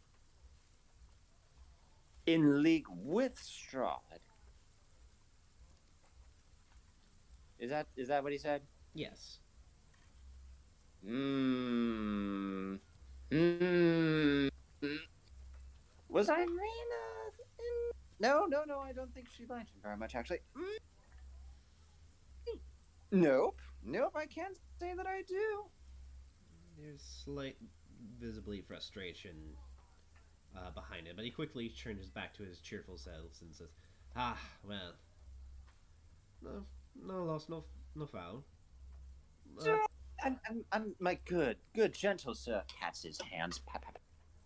You seem like very much enthusiastic, if a little bit obsessed, with this gentleman yourself. Are you looking for an in to get at him? No, I would never wish to bring upon the ill upon the sound. Besides, well, in Valakia, all is well. Strahd will not be able to get to us, and blah blah blah. As he tries to pan up like this, a little bit of an obvious facade. Go ahead and roll an insight check. Yeah, okay. Inside. Ooh. He is very much trying to downplay his interest, especially since you are talking very loud. Yeah, this is his inside voice, and it is not quiet. Regardless, I have to go see a certain friend of mine as he picks up what looks to be a to-go box of a cooked wolf steak. I have a very close friend that I was going to bring lunch to. Oh, well, all right then. I hope that meets his dietary requirements. But before we go, may we speak further later on? It seems like you've had extensive personal experience traveling upon these lands, field work, if you will, that Yes. I'd love some insight on. Oh, why, yes. I come in here to the Blue Water Inn quite basically twice a day, really. It's my personal favorite place to spend my evenings. But alas, I must leave you. Try not to miss me too much. Ta-ta! Oh, okay, ta-ta. And remember, Era Kokra. Arakakra. Oh, for goodness sake. I put my hands on his cheeks and just start, them around. Yeah, he's already left the building. Ah, shit buckets. But as you, Dr. Pepper, enjoy your evening, We now get to burn, and so sorry it took so long. Eh. The dice giveth and the dice taketh away. Alrighty. Many times. As you So, as you wake up that morning, you find that your glyph of warding has remained undisturbed. ooh. I'm going to roll my portents for today. 6 and 9 9. and 6. 69. Cool. I wasn't in the room. Did we all have different rooms, or did Irina have like her own room or She something? has her own room. Or like she shared with like they're only 2 girls, so Yeah, Beloved slept in the same room as Irina in order to protect her. gotcha. So yeah, I'll go. Excuse me. Go take off the glyph of warding because I don't need to use it anymore, and then knock on the door and make sure she's all right. Alrighty. I do believe the glyph of warding just stays there, like, permanently. No, I think I can dispel it. I think when you cast the spell.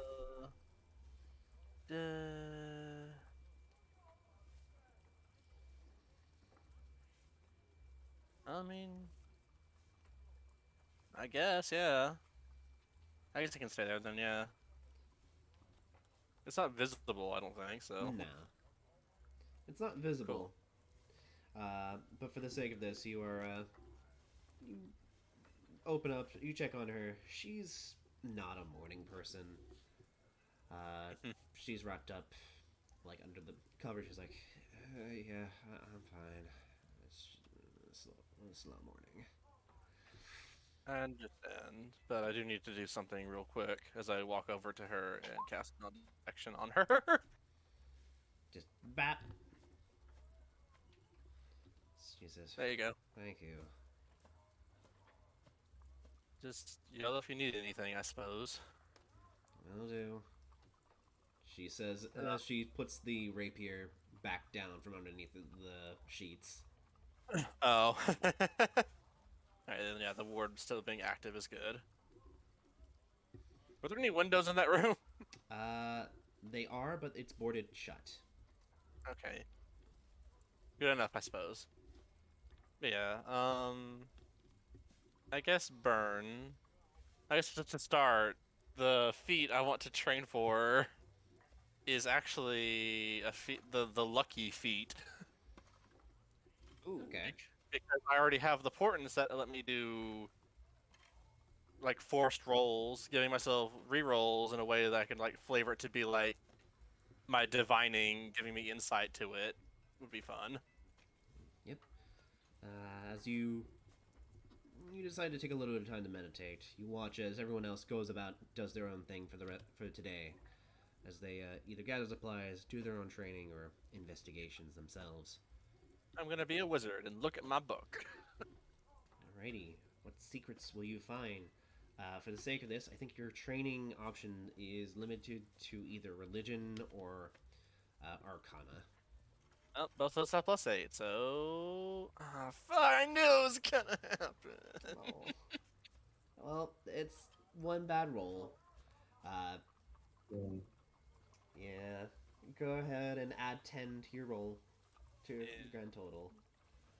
Luck is kind of bullshit when you realize that it's essentially the act of random events and trying to manipulate that, and that's something that you've kind of got down already with your divination magic to begin with, but trying to force it with like more times than you already have, it's something that even the gods kind of wish they could do sometimes. But not impossible. Not impossible. You just gotta be really lucky. The chances of it are slim, but Yeah. never zero. You actually do a little bit of a test, and you put down basically you grab actually a D4, a little bit of a dice, and you think to yourself, you're going to predict what number it's going to land on. You know, mathematically speaking, you should be able to, if you do this 100 times, you should at the very least get about 25 choices correct. And you start Yep. rolling. And you keep rolling and guessing. And rolling and guessing. Rolling and guessing. And you realize that you're actually very unlucky. Whoops. Because instead of the 1-4, like mathematically speaking, you only ended up getting like 10. 10. Which means you are actually less, despite the odds, you kind of are not lucky. Like, mathematically speaking, you should have gotten at least 15 more. Which, Shrug. in turn, maybe actually an anomaly itself. You get the feeling that perhaps in the future, it's going to be all or nothing. You're either lucky or you're not. I guess we'll see. But with that, And besides that training, is there anything you would like to investigate today or do? I suppose, yeah. Can I mean, it's been a while. Was there anything particularly of notice that I walked past on the way here? Like when we first came to the city? I know we investigated a few things already, like the toy shop and I think the Burgermeister's house a little bit. Yeah, there was a few things that kind of took your interest. You do know that the Burgermeister seems generally interesting. Mm-hmm. His attitude is very forced, but welcomed in a dour place like this. Not to mention, you also notice that there's just a ton of fucking blue mushrooms on the side of his house. I didn't. Oh yeah, because we put something there. I think. Yeah. Surprisingly enough, the place here in Valaki is a lot more green on the inside than it is on the outside. Almost as if something magical was keeping it fertile enough to keep, fertile enough for the Blue Water Inn to have a very assortment of morning glories and those same blue glowing mushrooms that kind of sprout around the place. Gives it a very calm attire. Very clearly, some sort of druidic magic is keeping this place afloat. And then it just kind of spikes up like to shit near the Burgermeister's house. Where would be a good place for me to use this spell to just kind of spy on place like the town a little bit? Okay. Alright, let me just read off Clairvoyance. Is this a ritual spell as well? I don't think so, actually. I mean, it takes feels 10. like... I feel like it's 10 Oh. minutes, so. Yeah, maybe I didn't add the tag that just says ritual, but yeah. I mean, I'll be doing it like that anyway, I suppose. Clairvoyance duration of 10. Alright, up to 10 minutes. You can range basically the entire town with range of 1 mile. Create an invisible sensor within range of location familiar to you, a place you have visited or seen before, or in an obvious location that is unfamiliar to you, such as behind a door or around the corner, and in a grove of trees. The sensor remains in place. Duration attacked, otherwise indicated. Against a spell, you choose something seeing or hearing. You can use the chosen sense through your senses as if you were in that space. As your action, you can switch between seeing and hearing a creature that can see the sensor. Sees a luminous invisible orb. Okay, so you have. Let me swap over towards the map.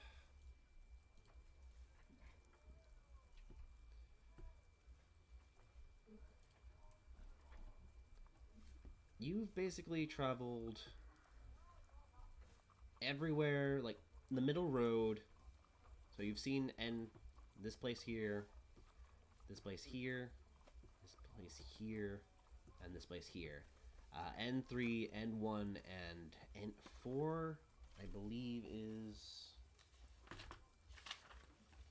N4.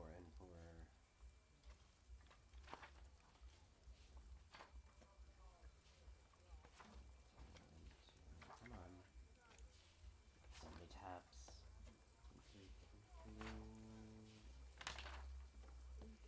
Okay. You did see a rather very well kept estate off in the distance, but you don't really see there. Let's see what else. So basically everything north and west of the Blue Water Inn, you don't really know. Is there an obvious landmark over there I could place it? Because this is an obvious location. You could put it up. I mean, yeah. I mean, it takes a little bit of time for you. It takes like roughly 10 minutes for you to go like anywhere in town, because it's only a mile long. So you can you can take like an hour of this day, just wander around, see if you can find anything. So for the sake of this, give me. Okay, you know what? Give me a D100 and see what, and a perception check. I will let the dice roll to see what interesting thing you find. I hate this system so much. Roll 20. Roll 20. Why do you suck so hard? Can't even use any of my stupid portents. It's See, literally the same number. For 9 and 6. Okay, I just want to do cool shit. It's okay, Jesse. I know, Alright, I know. 38. Let's see. Okay. Okay. I think I know exactly what you roll onto. You actually are traveling by the Burgermeister's house. You watch... In the background, you actually hear... Like, behind the manor, you hear...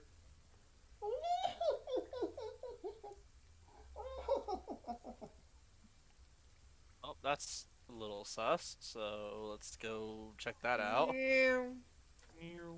Alright. You don't need to use your clairvoyance for this. There seems to be in the back, like on the garden side of the house of the Burgermeisters, where you see where the majority of the mushroom. By the way, these mushrooms have grown huge. Like you can use them as a canopy in a way. Underneath it is this what seems to be the Baroness of the manor. She is currently gathering around in a very quaint little party. Hang on, let me actually find some music. Oh boy. Oh god.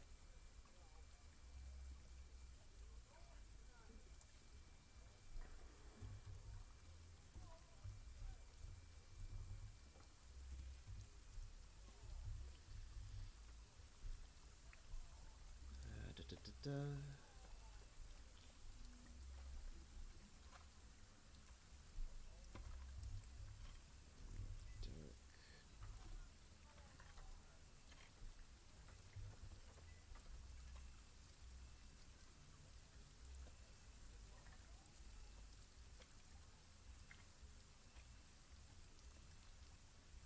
That feeling when you Sorry, ads.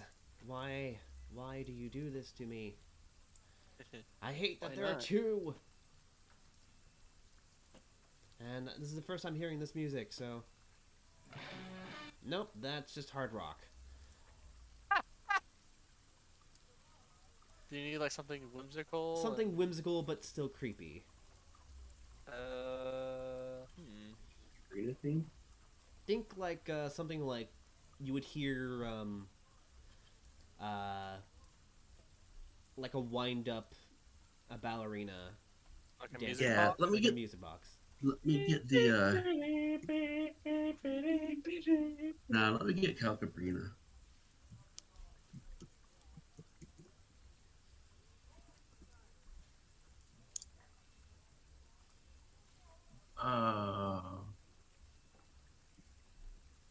That'd be too creepy. Yeah, Calcabrina might work actually.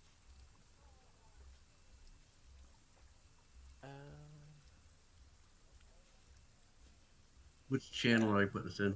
Just in general.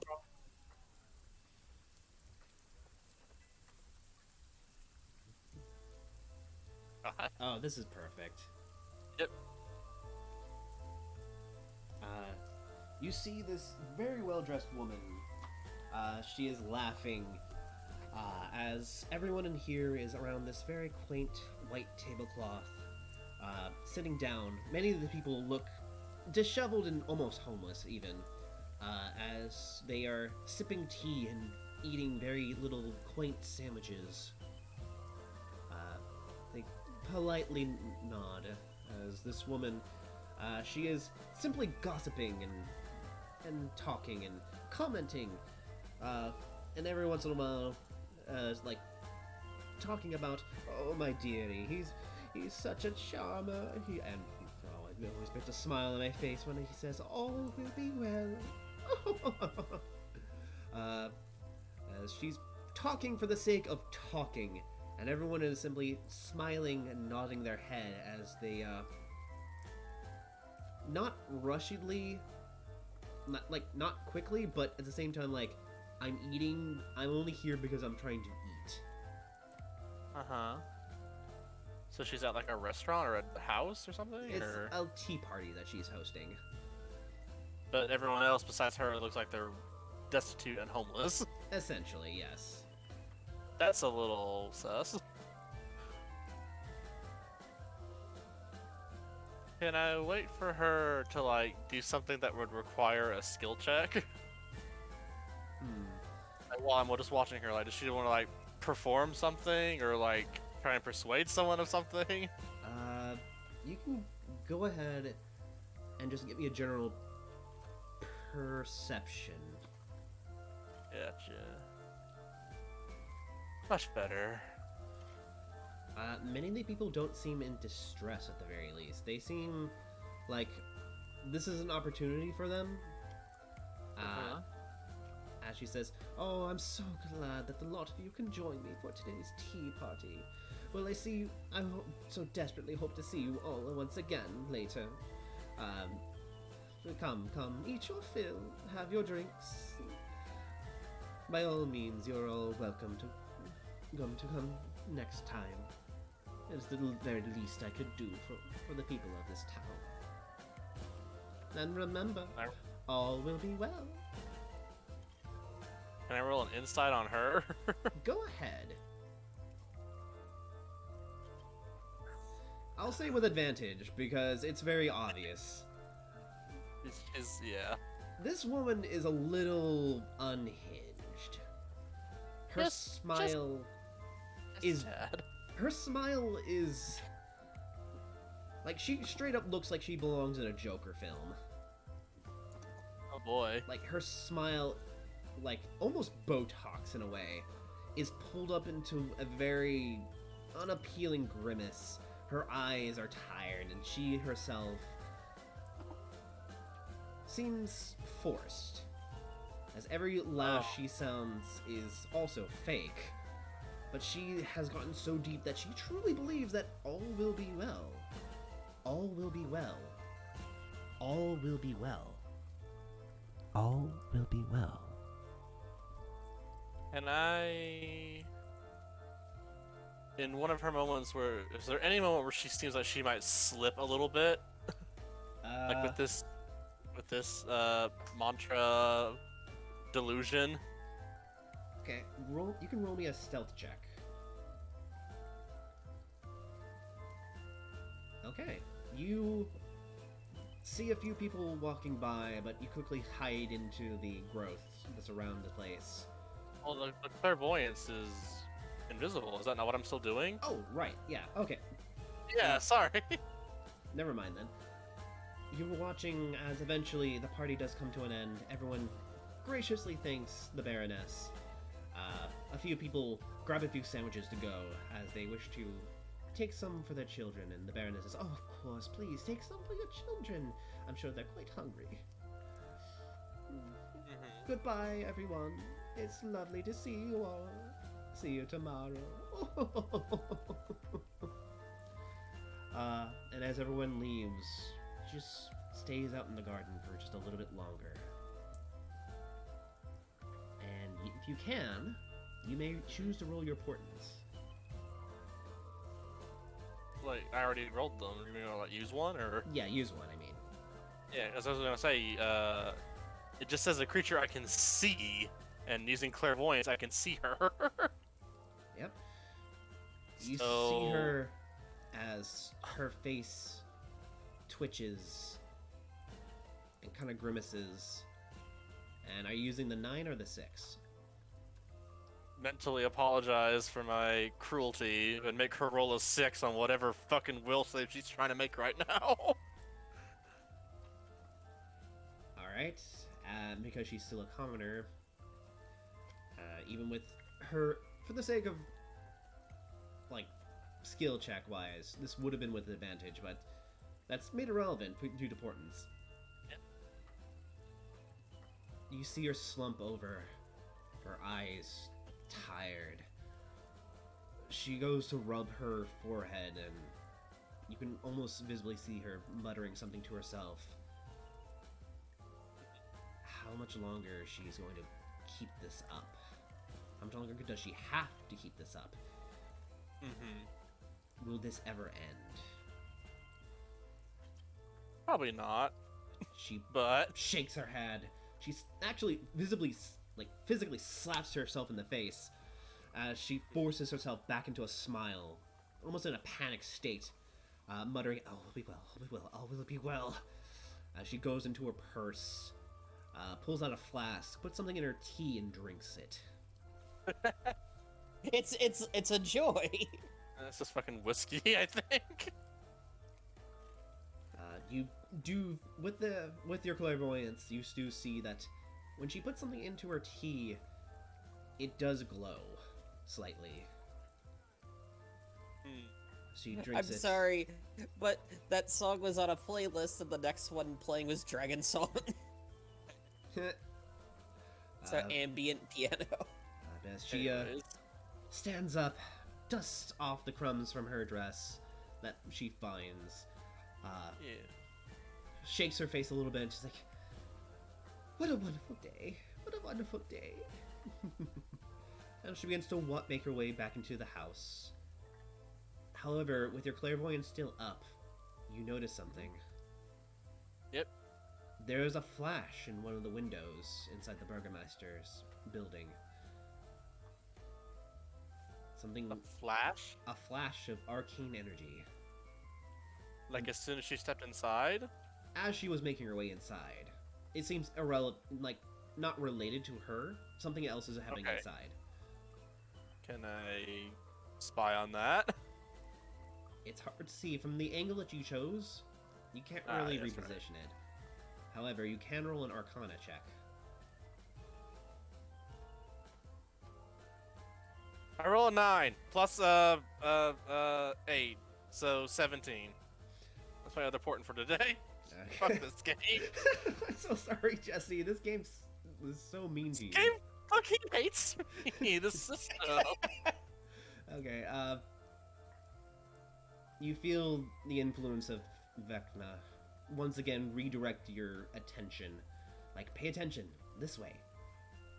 This way. Something... That flash of arcane energy, Mm-hmm. you can tell it was a conjuration spell. Simply from the color and the general aftermath of it might have had. But something is off. Something is off. Something went terribly wrong. As the flash went on, Inside. you actually visibly saw the Baroness flinch, and almost as if she heard something. And in a panic, she rushes inside. From what you can tell, a So- spell had misfired inside, and the Baroness heard something that made her panic. Can I recast clairvoyance to go inside that window? If you want to spend an extra 10 minutes casting it. Might as well. Alright. This window is up in the attic. Mm-hmm. You see what looks to be... How old is this little shit? As Gray is searching for that, Jesse, I just realized you are a human, right? Yeah. Yeah. Shouldn't you have a free feat? I don't think I took that one. He's got the Like, it plus wasn't ones. very. Yeah, I didn't. I don't think variant human was really like a thing that we knew about. It's Don't worry about it, John. I didn't take it. That's it. Alright, let's see. How old is this guy? Okay, for the sake of this, we'll say he's young adult. You see, what looks to be a very well-dressed human male. He seems rather young. Maybe like 17, 18. Mm-hmm. He's currently scrambling through a book, which you can see to be a spell book of some sort. Mine. There is indeed, as he is quickly, he's scowling, almost as if like, oh, what a disappointment, what a failure. As he's currently looking through the pages, looking to what's possibly went wrong, as you see what looks to be a giant circle etched into the floor, a teleportation circle of some sorts. And I roll an Arcana to figure out where it might be headed. You can. 15. 15. It doesn't matter. It goes to death. This circle has been done wrong. Horribly wrong. So if you were inside, you would be like one of those like horrible teleportation accidents in like sci-fi movies where you're like just warped. You can tell that to be the case because there are two ashy piles on the inside of the circle. They big enough to be human. Or were they, Pretty like, big animals? ash piles, yes. Oh, so they probably were people. Whoops. He simply scoffs, like, almost like, oh, this is a mere inconvenience, whatever. So he puts his book away, kicks some of the dust up, and simply makes his way downstairs. Yeah.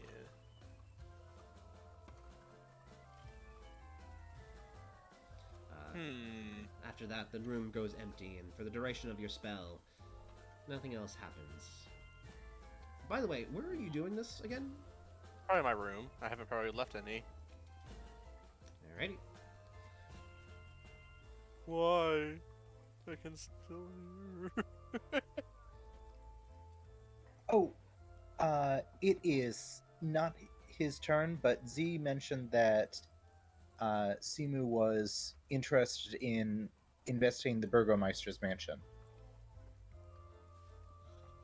Yes, indeed. It comes around this time where a lot of you begin to gather. Shen, did you go with Mustard Seed?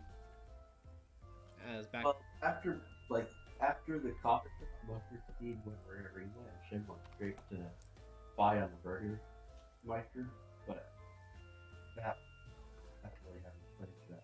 I'm gonna say if it works well, he could overlap with whatever the last one was, but if it didn't work, it didn't work fine. I don't know what you said. I'm sorry, man. Yeah, you were... Is my mic messed up again? I think you were I just a don't little think too you were far... close to the mic. Yeah, you weren't close enough to the mic. But essentially, you wanted to investigate the Burgermeister. My main concern is I want everyone to get back together, so Yeah. that they can essentially, get the party in one place. I'm trying to think of an excuse for him to go back. I guess I could say I followed the rabbit, but Yeah, that's what I'm They did- assuming would happen. Yeah, chase the well, rabbit. I got the impression that the two of them didn't like each other, so I don't know why he would chase doesn't the like rabbit. you, but you don't know why. I just assumed he was an asshole, so I wasn't going to worry with it. A little bit. but he probably has his reasons. Regardless, That's you seem part of interested. Regardless, you seem interested enough to follow the Heron, despite his rather unwelcoming demeanor. Uh, Eventually, either stealthing to remain undetected by the locals, or just outright, oh, I'm just here. No one will believe that you see me. Ghosts are a common thing here, so whatever. Yeah. Uh, Eventually, a lot of you gather back in the Blue Water Inn after relaxing and enjoying your time. Eventually, Periwinkle, uh, the kids, and Irina also join a lot of you downstairs as they say, well, we've taken some time to relax and gather our bearings. I believe we have enough rations to keep moving. Is at this point, Shem, give me a stealth roll if you like. I need to find something. Let me just.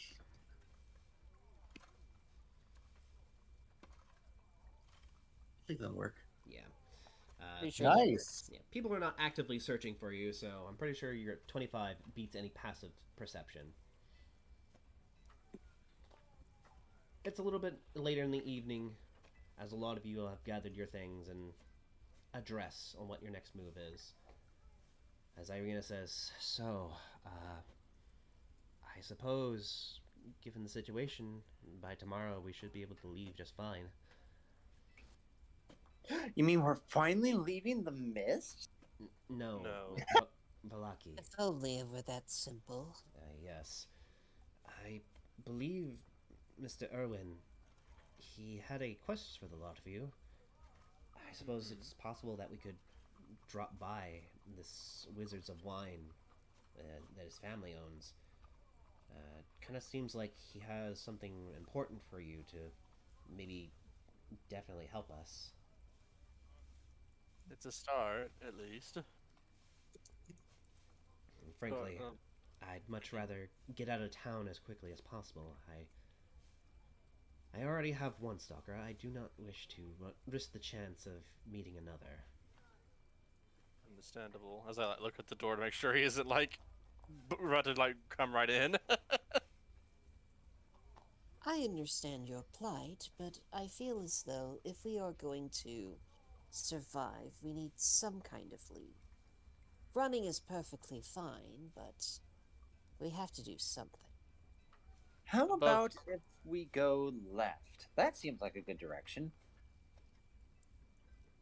Above table, weren't we looking for a vampire hunter too? Aye, yes. Van Richten has been rumored that he was off in the west. And is the farm that we'd be passing by also to the west?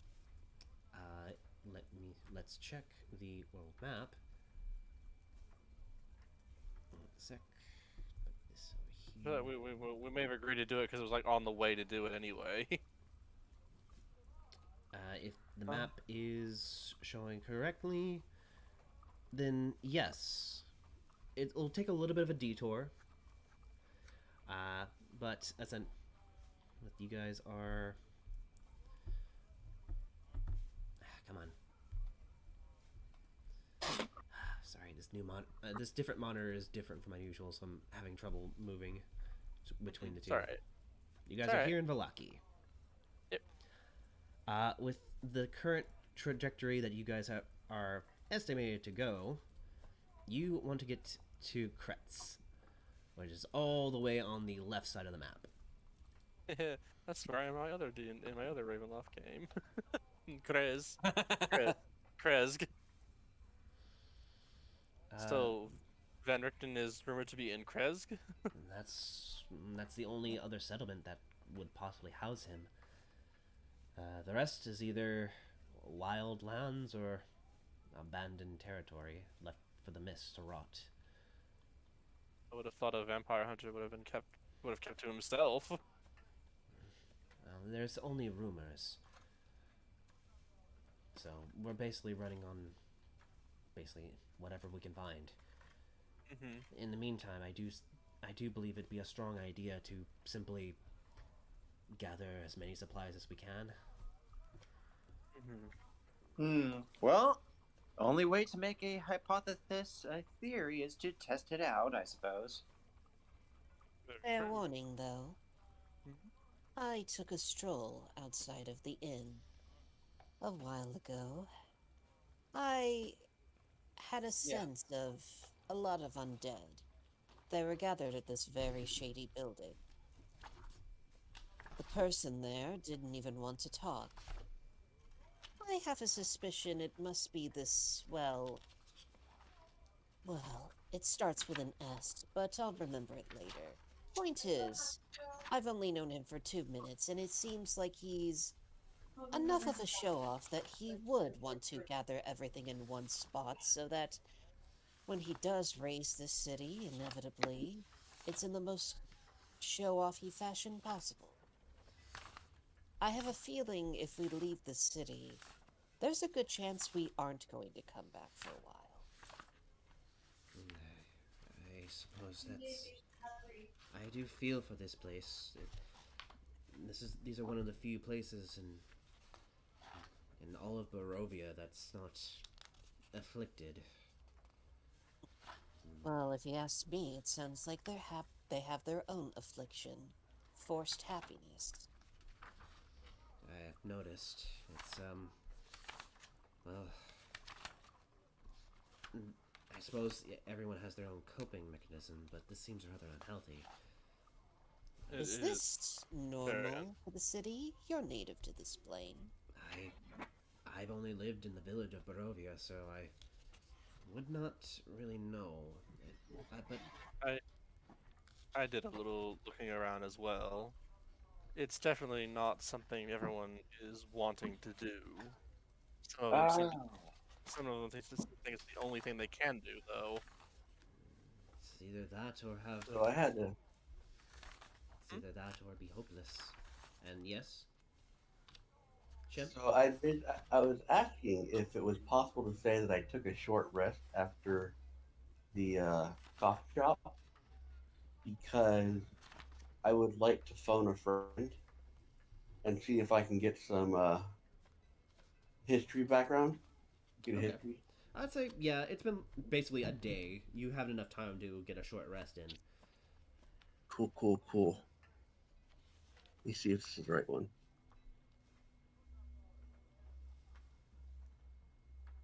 Okay.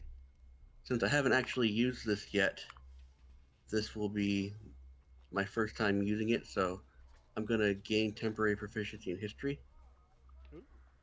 And then I'm going to see if I can do anything.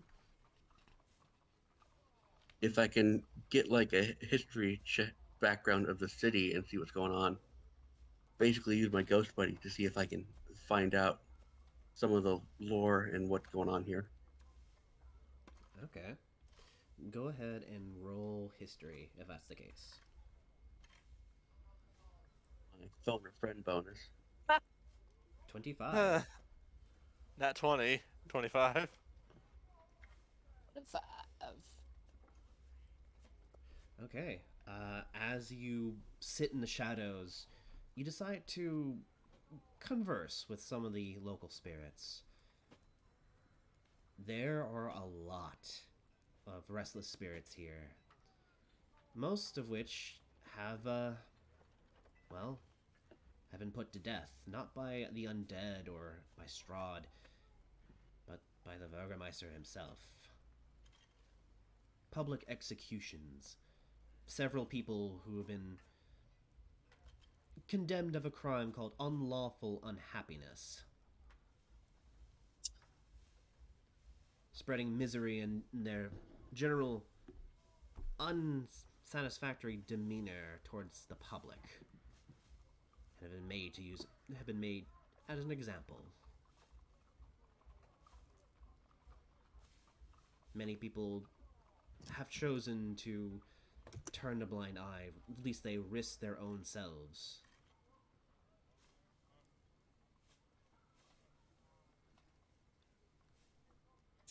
The Burgermeister is not well. He's an insane man forcing these festivals every other day, essentially, in the hopes that perhaps maybe someone that if everyone is simply happy enough, Strahd will cease to exist here in these lands. As if he feeds on the misery of the people here in these lands. But this in itself is a false hope. It sounds like it's caused more misery, Jasmine. Has Meanwhile, anyone seen? while Oh, you're having this conversation, everyone else is unaware of this. okay. But you were saying? Okay. I was saying, did I glean anything about what he looks like? Like, what I know what the Burgermeister looks like? Would I have seen him yet? You've been here for a little bit of time. He makes his daily rounds shouting, "All will be well," like miniature parades around town. So it's not uncommon for you to know what he looks like. Okay. I will continue my vigil atop the. I assume that this little tavern has one of those the old tavern with chandeliers above the table. You know, it's basically just like a wagon wheel with some candles on it. Essentially, yes. And I'll just you do manage to spot Mustard Seed, and he is conversing with a handful of people, and you also see Beloved. yeah. He's gonna probably clock her instantly, but I don't know. He doesn't actually have an undead sense, but he does track undead, so I don't know if he would, if there's anything I would do to see if she's actually dead or just looking at Uh, I will say you can roll me a insight with advantage because you know undead. it. Okay. Okay. 23. Okay. This woman is technically not undead. Technically. You can tell that she is very distraught, very unhealthy, uh, and very perhaps unclean, but she still has a beating heart.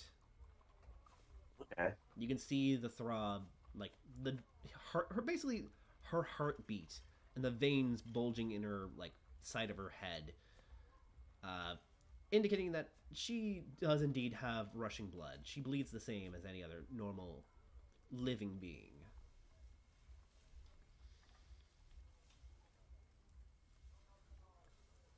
For the time being, he's going to continue his gargoyle perch atop standing there while watching the group because now two of them have piqued his fancy.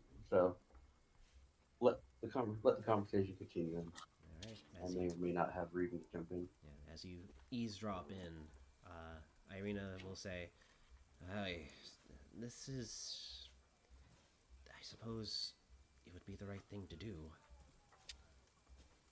If you believe that this, you said it was a coffin shop." Well, that's what it seemed like it was. They claimed it was closed. They're obviously lying, but that is my assumption. If that's the case, I suppose. Although, they did mention something. I had a fly on my shoulder. We'll just say that for now. And they were able to figure out that whatever this person who works these coffins, they seem to have some sort of business relationship with the Burgermeister. Are you sure he has it directly with the Burgermeister, or just the city in Well, general? well, this so-called fly of mine lied and pretended that I I worked for the Burgermeister, and, well, to say the least, he panicked. It was a surprisingly convincing lie. Irina will think it over, and he just panicked and slammed the door on you? Something of them, something like that. And it sounds like he doesn't actually have real ties with the Burgermeister. He just wanted to stop a conversation with you and just say that they were closed. In any case, I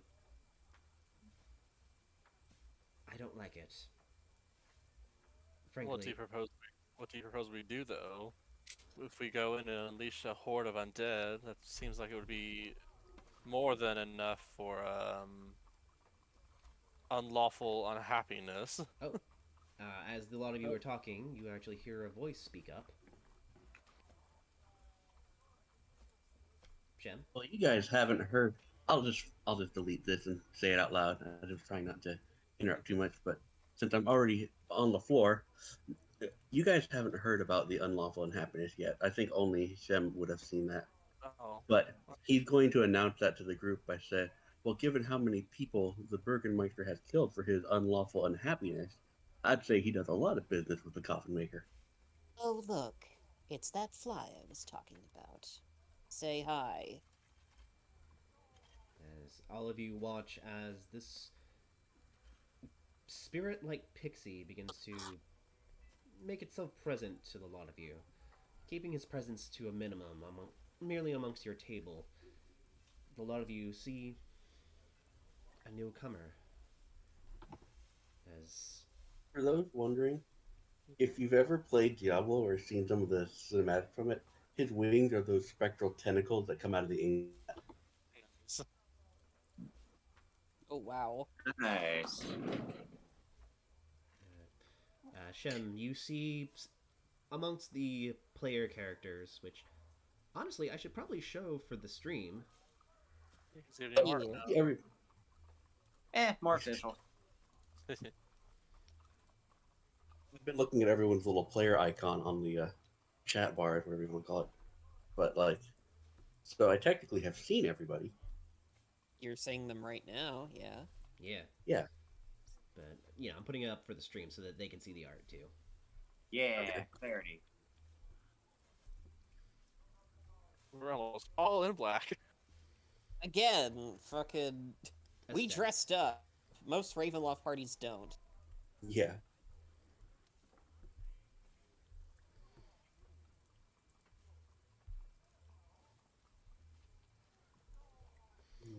You see an assortment of people. You see a woman dressed in a bloody gown. She looks a little, perhaps not the most mentally stable. Mhm. You see a young man with an eye patch. Clear signs of magic that inhabit his form.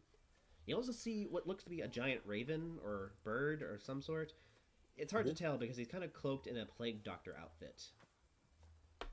Okay. And you also see Mustard Seed, who you had met earlier. And I need to... Johnny? What about Johnny? Also, a satyr of sort who looks like he's just straight out of straight out from, like, fresh from Bloodborne. Yeah. And Irina. Yep. To put this... And Periwinkle. Yep. Is he here with us? Yeah, he's I assume so.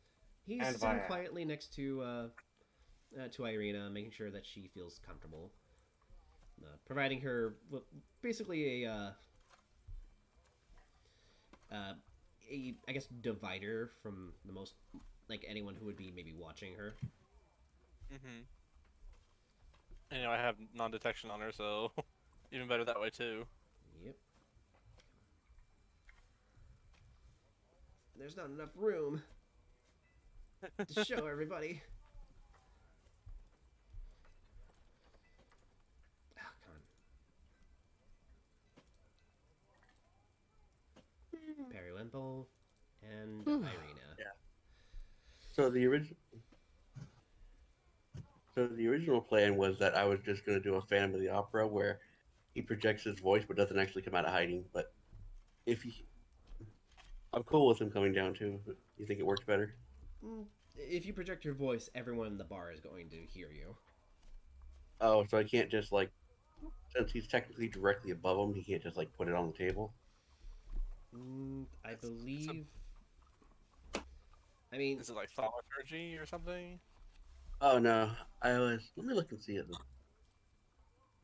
Either way, it's like, if it makes your voice booming, it will boom throughout the entire tavern, sadly.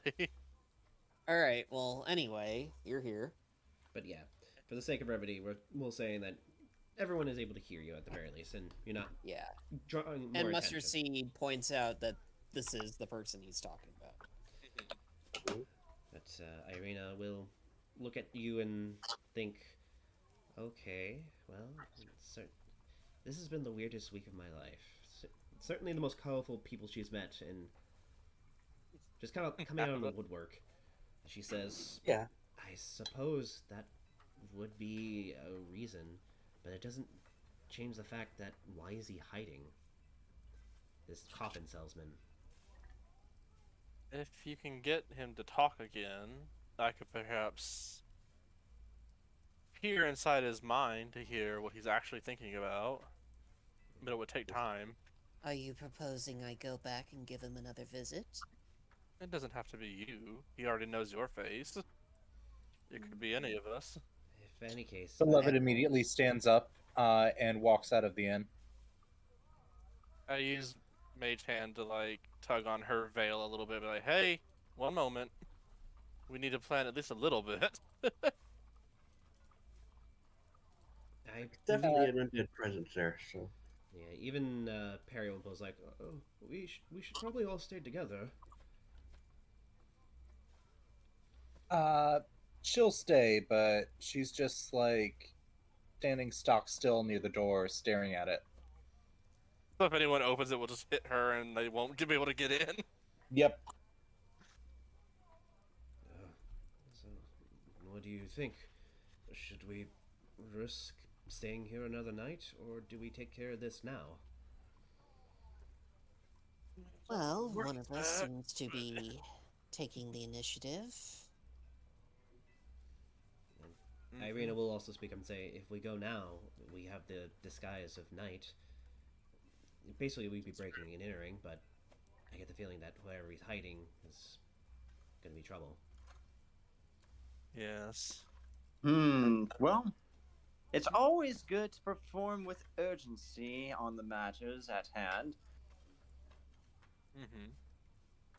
If we go at any later point, we'll be far too relaxed, I fear, to actually take things at quick-witted charge.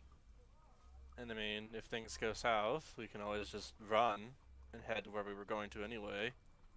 Yes, and we'll be quite relaxed from our mission at hand. I'd like to remind you that there could be quite a horde of undead in one single building. There might be a scuffle. Might. Are you afraid? Not exactly afraid.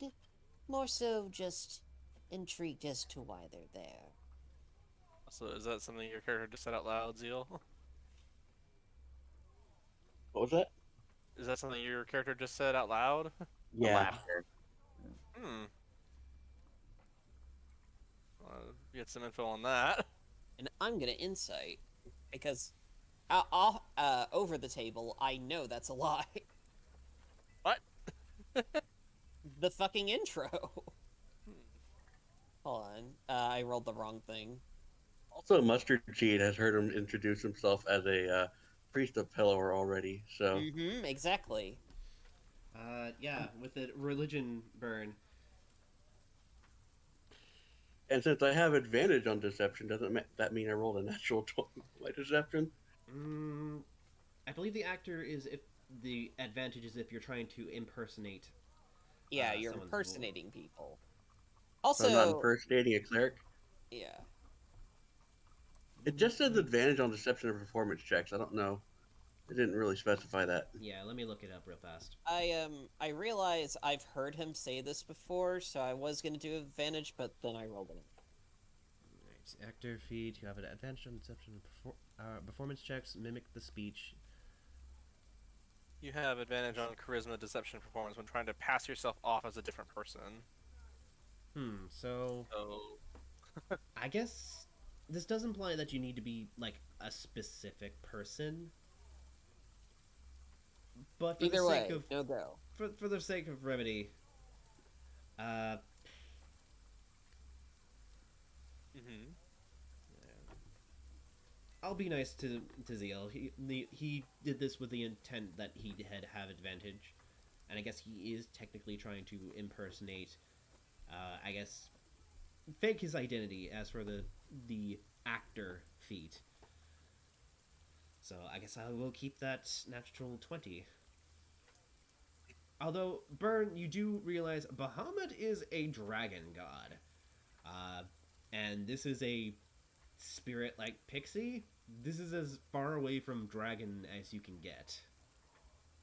Even Scan with that, him real quick. yeah, even with that and natural see 20, you're like, something's not right. Fish. Can I scan him real quick to see if there's like even a holy symbol on him anywhere? Sure.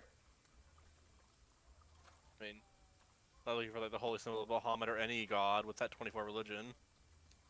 With that religion, nah, there is nary a visible holy symbol on him. And I will simply ask, all right, then where's your holy symbol? Prove it.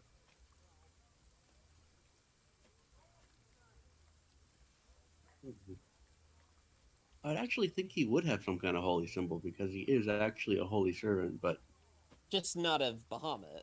yeah, not him. And I don't know what he would have to show. I mean, he can bullshit it. Yeah, He, he will he say that very obviously prestos it into existence. what was that? He, like, very obviously prestidigitations, like, a fake one out of existence. Wish I had prestidigitation. Oh. But no. Uh, just let me look at my. I don't have prestidigitation, but I have druidcraft. I don't know if there's anything I could make out of that because Bahamut is a platinum dragon, and all I can do are earth stuff. So like, I guess I can do like a almost like a wreath of like vines that kind of looks like gnarled and wooden that almost looks like some kind of ritual little That works. almost like a Hail Mary bead. That works. A rosary, that's what I'm looking for. Yeah. Yeah, that's it. All right, this you have to make another deception check, but with disadvantage. Okay. Let me get back to my stat sheet. Calling you out. What? I'm calling you out. Nothing escapes my eye. That's fine. I know, it's fine. I'm just having fun. This dude's whole shtick is absolute bullshit. Like, you probably Wow. realize that by now. Still a 19. Unfortunately, I'm gonna keep going with that 24 religion for Burn. Yeah, Bird, you can tell he just straight up druidcraft that on the spot. This rosary that he's produced has nothing to do with Bahamut. Uh, at the very least, none that has ever been widely known. Most symbols of Bahamut are actually actual metal emblems, or platinum to be more precise. A depiction of the dragon itself. Very, not very symbolic in ways. It's very much like I am a servant of Bahamut. This is a picture of him. This is the god I serve. Also, True crayon. Does it look good? Okay, so Here's my holy symbol. I made it with my tears. so the very first D&D game I played with a one shot with some friends, and my character snuck on board a train and was kind of found out in the stowaway. And when they asked for his paper, I just since my character had a making kit, I forget the official term for it, like a cartography set or something like that. Yeah, yeah. I just handed him a map, and he's like, this is a map. I'm like, yeah, turn it over. And the back, I had scrawled, I do what I want on it. And it worked? No, it did not work, but everybody else was laughing so hard that one of the guards ended up like taking me under his wing because it was. So it technically worked. That's cute. Well, despite seeing through this deception, Burn will not comment on it. Be just like, well, if you're good against undead, that's good for me. Any objections? If he's useful, he's useful. Yes. Hmm. Well, I guess a real question is now, what do we want to do? I imagine a lot of you want to take out this problem before it gets out of hand. I would hate to see Velaki be put to ruin, much like my village. hmm. I suppose we do. Well, we also have to. Sorry, go on. We have a responsibility to do something right, even if it does put us in danger. Mm-hmm. Well, I say we head on over there and cut them at the kneecaps. A Because very Dr. brutish Pepper way of said it, putting it, but yes. Beloved starts out the door again. Okay. I suppose we have 2 votes. As Perry Whipple says, how much rather not have whatever's going on there get out of hand. My uncle always told me, you gotta clean up messes before they get too bad or too big. If you don't, it'll come back to bite you. And then currently this is a mess about to spill out, so. I suppose that means we should get involved. So, let's see. Mm-hmm. All right then. I guess we're all decided. Yeah. Yes. We will hopefully follow Beloved before she like takes off on a sprint or something. All right. Freck and Myrtle will stay with Uncle Fuck here in the. Oh. Seeing as that they are not combatants, they do not wish to be involved. Get hurt. Yeah. Yeah, makes sense. Shit. We need like a sign for them if shit goes belly up. Beck will say, "I'll be keeping an ear out in case something happens. Don't worry. Alright. I know what to do." Just meet us at the west gate if something goes wrong. That's No. where we're going, right? West? Yes. East, Okay. actually. Oh, shit. Oh. Well, but Krez is to the west. Oh, I thought you guys were like heading like to the coffin salesman. Crest is Crest is to the west. But right now, if you guys are heading over towards the coffin shop, you're heading east. Yeah, it's like if shit goes wrong, meet us at the west gate. Got it. Yes. Yeah. You didn't have much to worry about with Beloved because she doesn't actually know where the coffin shop is. She got out into the night where I was like, shit, wait, where do we go? Like a dog that's gotten out the door, and it's like, oh, where are we going? Where are we going? It looks back to you and says, where are we going? Are we going to the car? Are we going for a walk? Are we going over there? Where are we going? You to lead on because you're the one who knows where it is. As we're walking, I'm going to like quickly whisper over towards Burn and sort of say, That eye of yours is very useful. Make sure you keep it on our little friend. Well, you might call him a friend. You mean the small one? Yes. He is a baser creature. He cannot help himself. He is not designed to help himself. The second any opportunity comes to sow chaos, he will take it. If anything could happen to where he could cause a problem for us, we need to dispose of him. That's a little much, but I'll insight your obvious disdain of him. I'll say with a 22,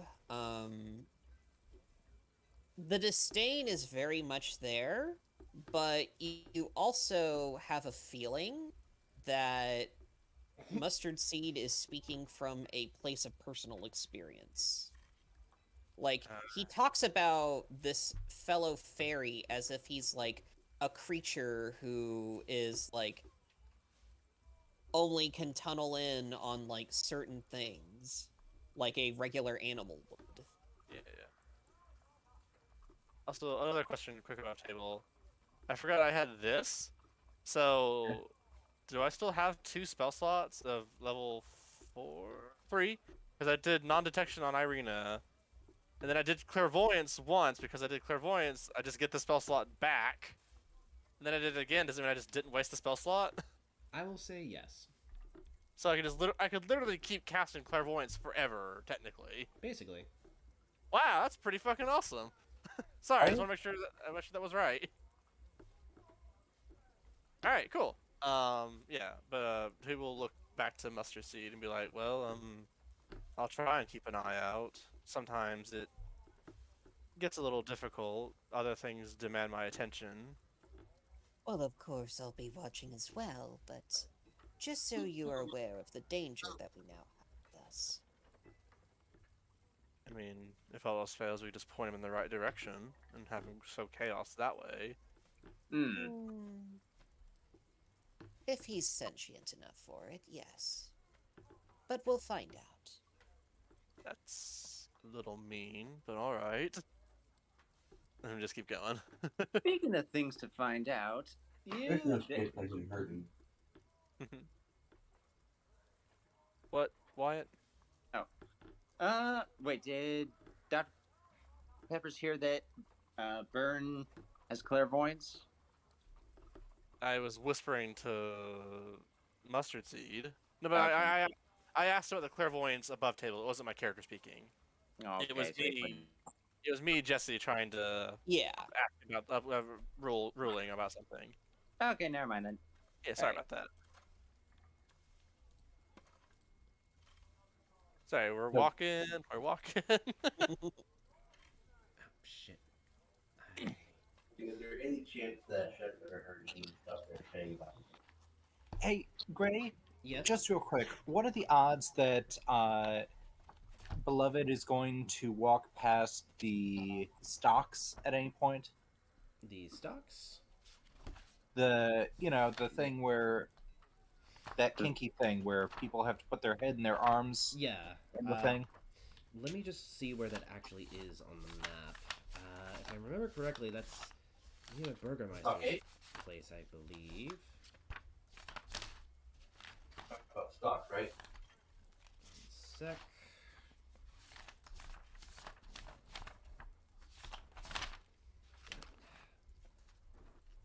Come on. Tamaki. Alright. Da.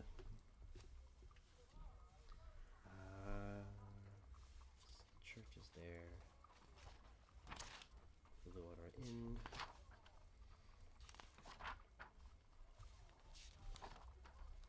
Burgermeister.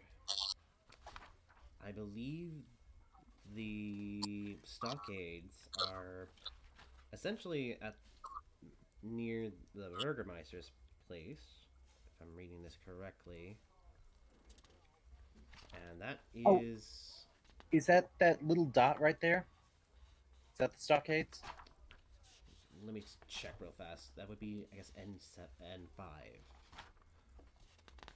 Coffin salesman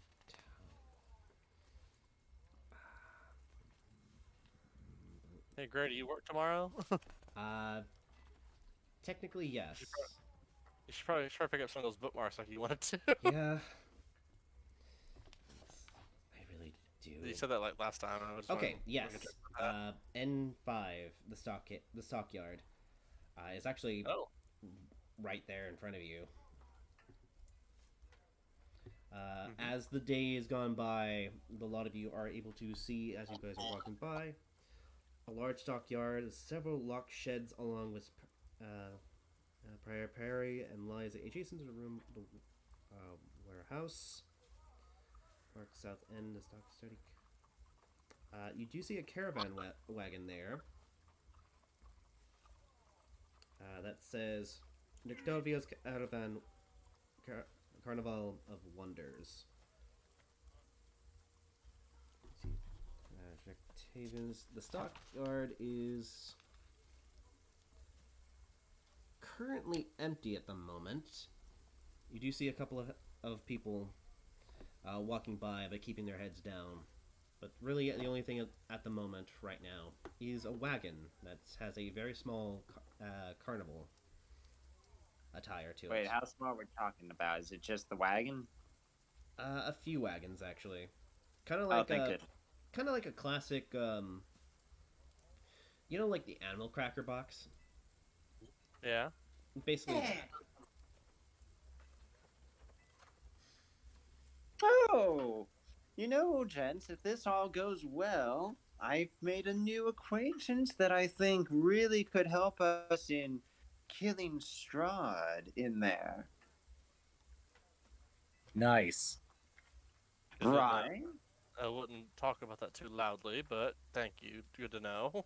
Oh, pshaw. We already went to church and tried to disseminate a bunch of vampires and things. As I feel we're pretty well associated with our allegiances. Allegiances? There it is. I mean, that's not the point. It's just that he's always listening, most likely. Well, then he already knows, doesn't he? Why it's not wrong. Okay, And- so are we close to the coffin shop? or Yes. the stuff. At this point, you guys, a few minutes later after traveling, Mustard Seed and Shem are able to lead you guys to the coffin maker shop. And like before, it is boarded up to craft. It's later in the evening, so no one's around. What do you guys do? Beloved wants to immediately break in. Okay, roll athletics. Okay. I'm gonna try and hide. You gonna try and hide? Well, I'm gonna like sink into the shadows. I'm gonna be near you guys, but I don't want to be visible. Oh, fair Especially enough. if you're gonna be making a loud entrance. Well, you do that. I'll think of a good ditty. I'll take you to the coffin shop. I'll take you there. Somebody once told me. Yeah, right. Mustard Seed remarks, it's like, it's impossible to be to act civil when she's around, but I do admire her straightforwardness. Right. It gets right to the point of what we need done. Swiftly. So, And ground for- level, beloved, as you just straight up pull your DreamWorks impression, your best DreamWorks impression, the door is knocked off its hinges and goes a solid 15 feet into the shop as you hear a shout as this very mediocre looking man stumbles backwards, hiding a few things into a drawer as you make your way in, as he's shouting, What are you doing? You shouldn't be here." Sorry, she just knocks really loudly.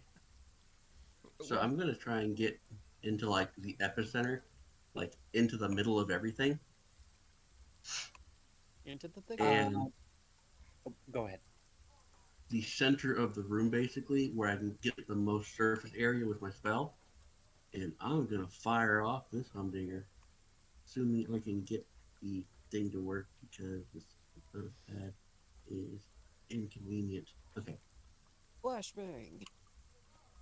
Oh, well, that's weird. Oh. Alright, for the duration, you know. Alright, you know where. So I'm assuming undead, right? Yeah, 30 feet of you. and any desecration. Ooh, wow. There. Okay. You sense. Does it tell you the number? If there is an. Where they're located. Right.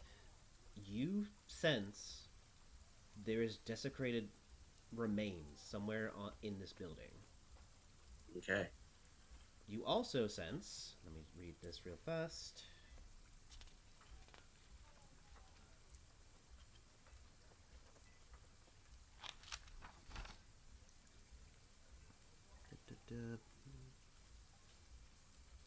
There are 6 undead within this building. Okay. When I cast that, did I reveal myself? Do I have to hide again? Uh, I believe you can use a bonus action to hide again. Yeah, Okay. rogues. Yep. Let me figure out where I put that sheet that I just. Well, since since everyone sort of made their way in, Mustard Seed will just remark and say, Greetings. Is it open now? She glares at you, but then he sees Beloved, and with that advantage and intimidation, he's kind of caught in a between a rock and a hard place. As he looks to Beloved, looks to you, looks to the door that leads further into the back. As he says, "Look, you shouldn't be here. It it's not. Please, just leave." Do you need some assistance with your problem, sir? Yes or no? And I will cast Detect Thoughts. I'm going to just generally investigate the surrounding.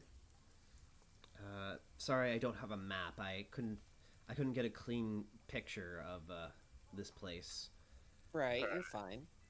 I don't necessarily need a map or anything. I'm mostly looking for doodads and trinkets and trying to figure out if I can determine what he's doing. Like, is he resurrecting zombies, or is there anything I can find that would In give me an insight into that? yeah, you'll Yeah. need to do a roll investigation if you're gonna do that. Okie doke. So As for you look, as for you look for Burn, physical. I'm looking at his mind. Yeah, sorry, yeah. go on. Are you diving deep or are you just surface Uh, level? just surface thoughts for now. Just say, hey, do you need help with your problem? Also, can I ask Periwimple to at least prop the door back where it's supposed to Oh, be? oh yeah, he's already there. He's like, oh, I'll fix that. Uh, surface level thoughts. You hear, oh goodness, this is terrible. They had to have heard that, and it's getting dark. If their cover is blown, they'll kill me. Cover?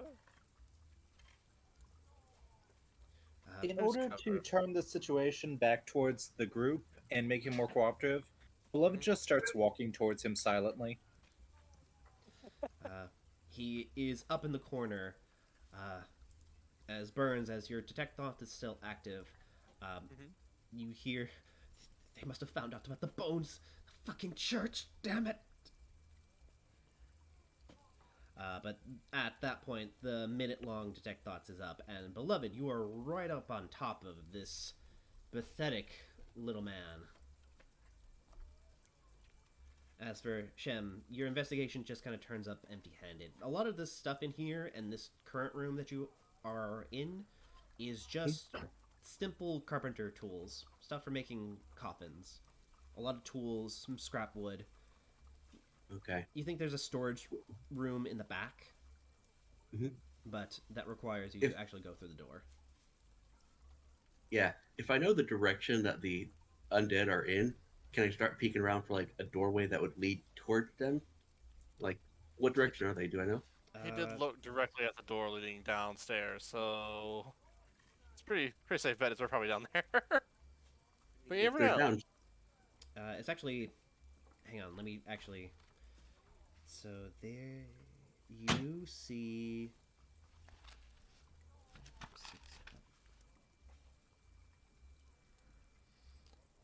It's actually upstairs. Oh, okay. So, is there a stairway leading upstairs, or is there like a trap door hatch leading to the attic that I can see There, if I can undo? in a different room, you think there may be a place leading upstairs. Okay.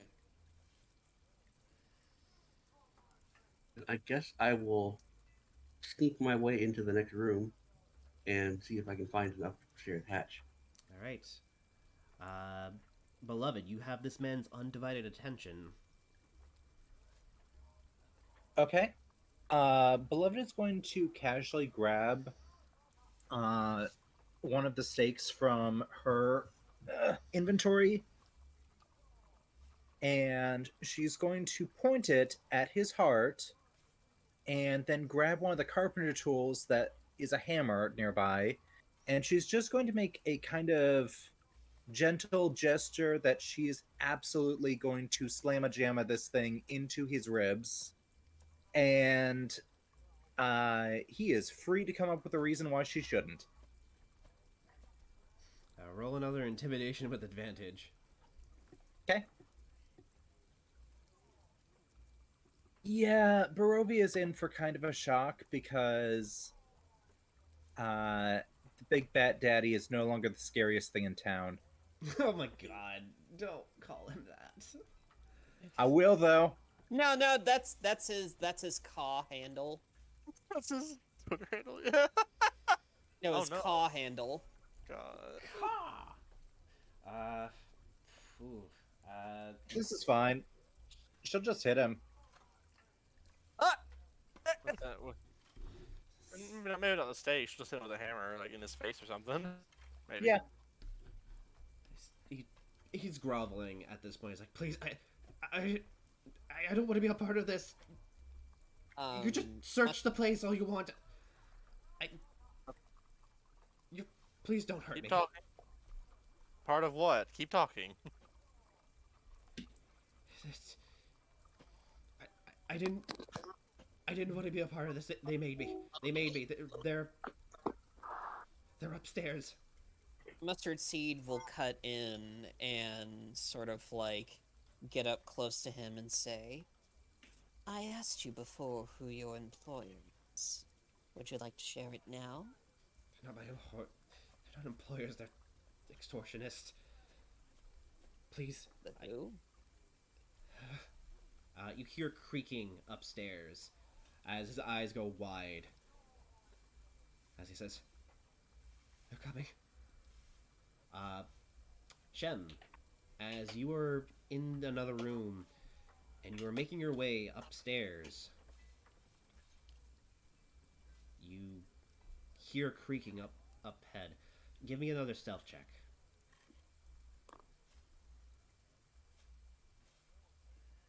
While he's doing this stealth check, Mustard Seed is going to pull a rope out of his backpack,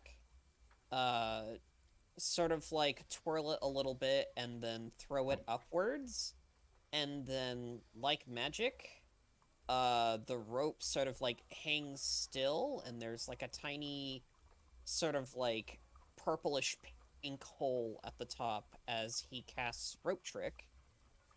And he will look towards the sniveling, cowarding, shop owner and say, Climb up here and don't come out until we come back. Then we can talk. He quickly, if allowed by Beloved, will clamber up to whatever safety he can find. And she could just yeet him up there too, if she wanted. that is true. Yeah, that sounds like an awesome idea. She will pursue that suggestion. Alright, so Beloved, you don't need a roll. This man is like 90 pounds wet, soaking wet. You grab him by the scruff, his scrawny, malnourished form, and just yeet him up into what you think would have been the ceiling. It just kind of disappears into a pocket dimension. Make sure you pull the rope out. Pulls it Pull up. the rope up. But with that 20... Not enough. You're floating up towards the staircase. And as you're almost there, almost stepping out from the shadows, you see two glowing red eyes and two pearly white fangs smiling down upon you. And you see several more eyes appearing behind him. And that's where we're going to call it today. No! Oh! So, yeah. Today's session was mostly just to get us back into the swing of things, address where we were and where we are going to go further. But next session, we will get right into combat. As a lot of you... Over the table, I am so sorry, Zeal, but you played a Fae character, and my character hates Fae. Even though he is a fae, it's very self-loathing. He's We'll very we'll find patient. out why later. Yeah. Very patient. I'm sorry, I was playing my character. It's alright. I'm sure he'll forgive you someday. But anyway, that was a good first episode back in the group. Yeah. Woo! I Yeah. agree. Thank you, Gray. Yay. Yeah, you really carved out a lot of story here. Yeah. Yeah, I want to make sure that we at very least cover our bases and Mhm. make sure that, hey, do you just want to keep fast forwarding through this adventure, or do you want to go on a few side quests? Yeah, Get a we're little gonna try extra, to. get some extra XP. Yeah, we're gonna try. I should You were saying, I Reed? should Oh, yeah.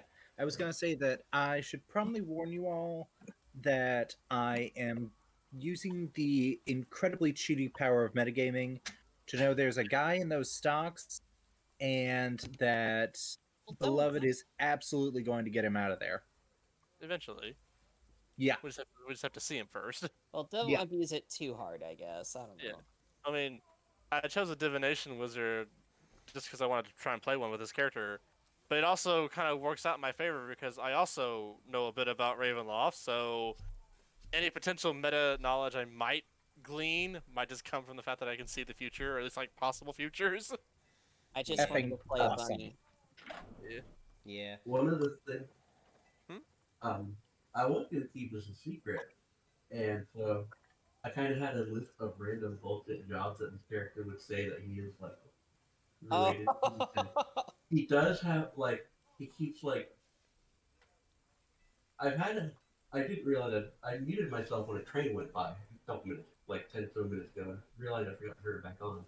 So you haven't heard any of the stuff I'm saying, but so he keeps referring to Milady, which is of course a take up, which is like a play on the Cat Noir from Ladybug, because I figured he's a character that tries to be a smart and charming, but he just comes off as a dummy, and Right. kind of what I'm going for. But I was also kind of playing up the fact that he doesn't ever actually refer to which god he serves. But that got spoiled for him all at the beginning. So yes, metagaming wise, you all know that he works for the Raven Queen, but Yes. in character, I don't think they're going to let you guys find out. So. I don't think Mustard Seed would care until he found that out, because he just assumes that you're just a regular old fey creature who is nothing but whimsy and mischief. Yeah. As Yeah. per And another as I imagine that he shares Fern's disdain for fairies. It's a critical role. It's a bit more deep-seated than that, but yeah. It extends to all fae. Ah. Yeah. I never explained it to you, did I? I just realized. Don't believe you have. So I was a little surprised, like, oh no, why? But Yeah, well, I'll explain it after the stream. But anyway, I think that's gonna be it for the stream. We're already at 3 hours and 15 minutes, so I'm gonna call it here. And I'm a hungry boy, so I'm gonna get some dinner. Same here. Yeah. Bye. Thank you all for Bye. showing up. Thank you for watching. Bye. We'll see you guys next week. Yeah. Thank Bye, you. everyone. Bye-bye. Bye.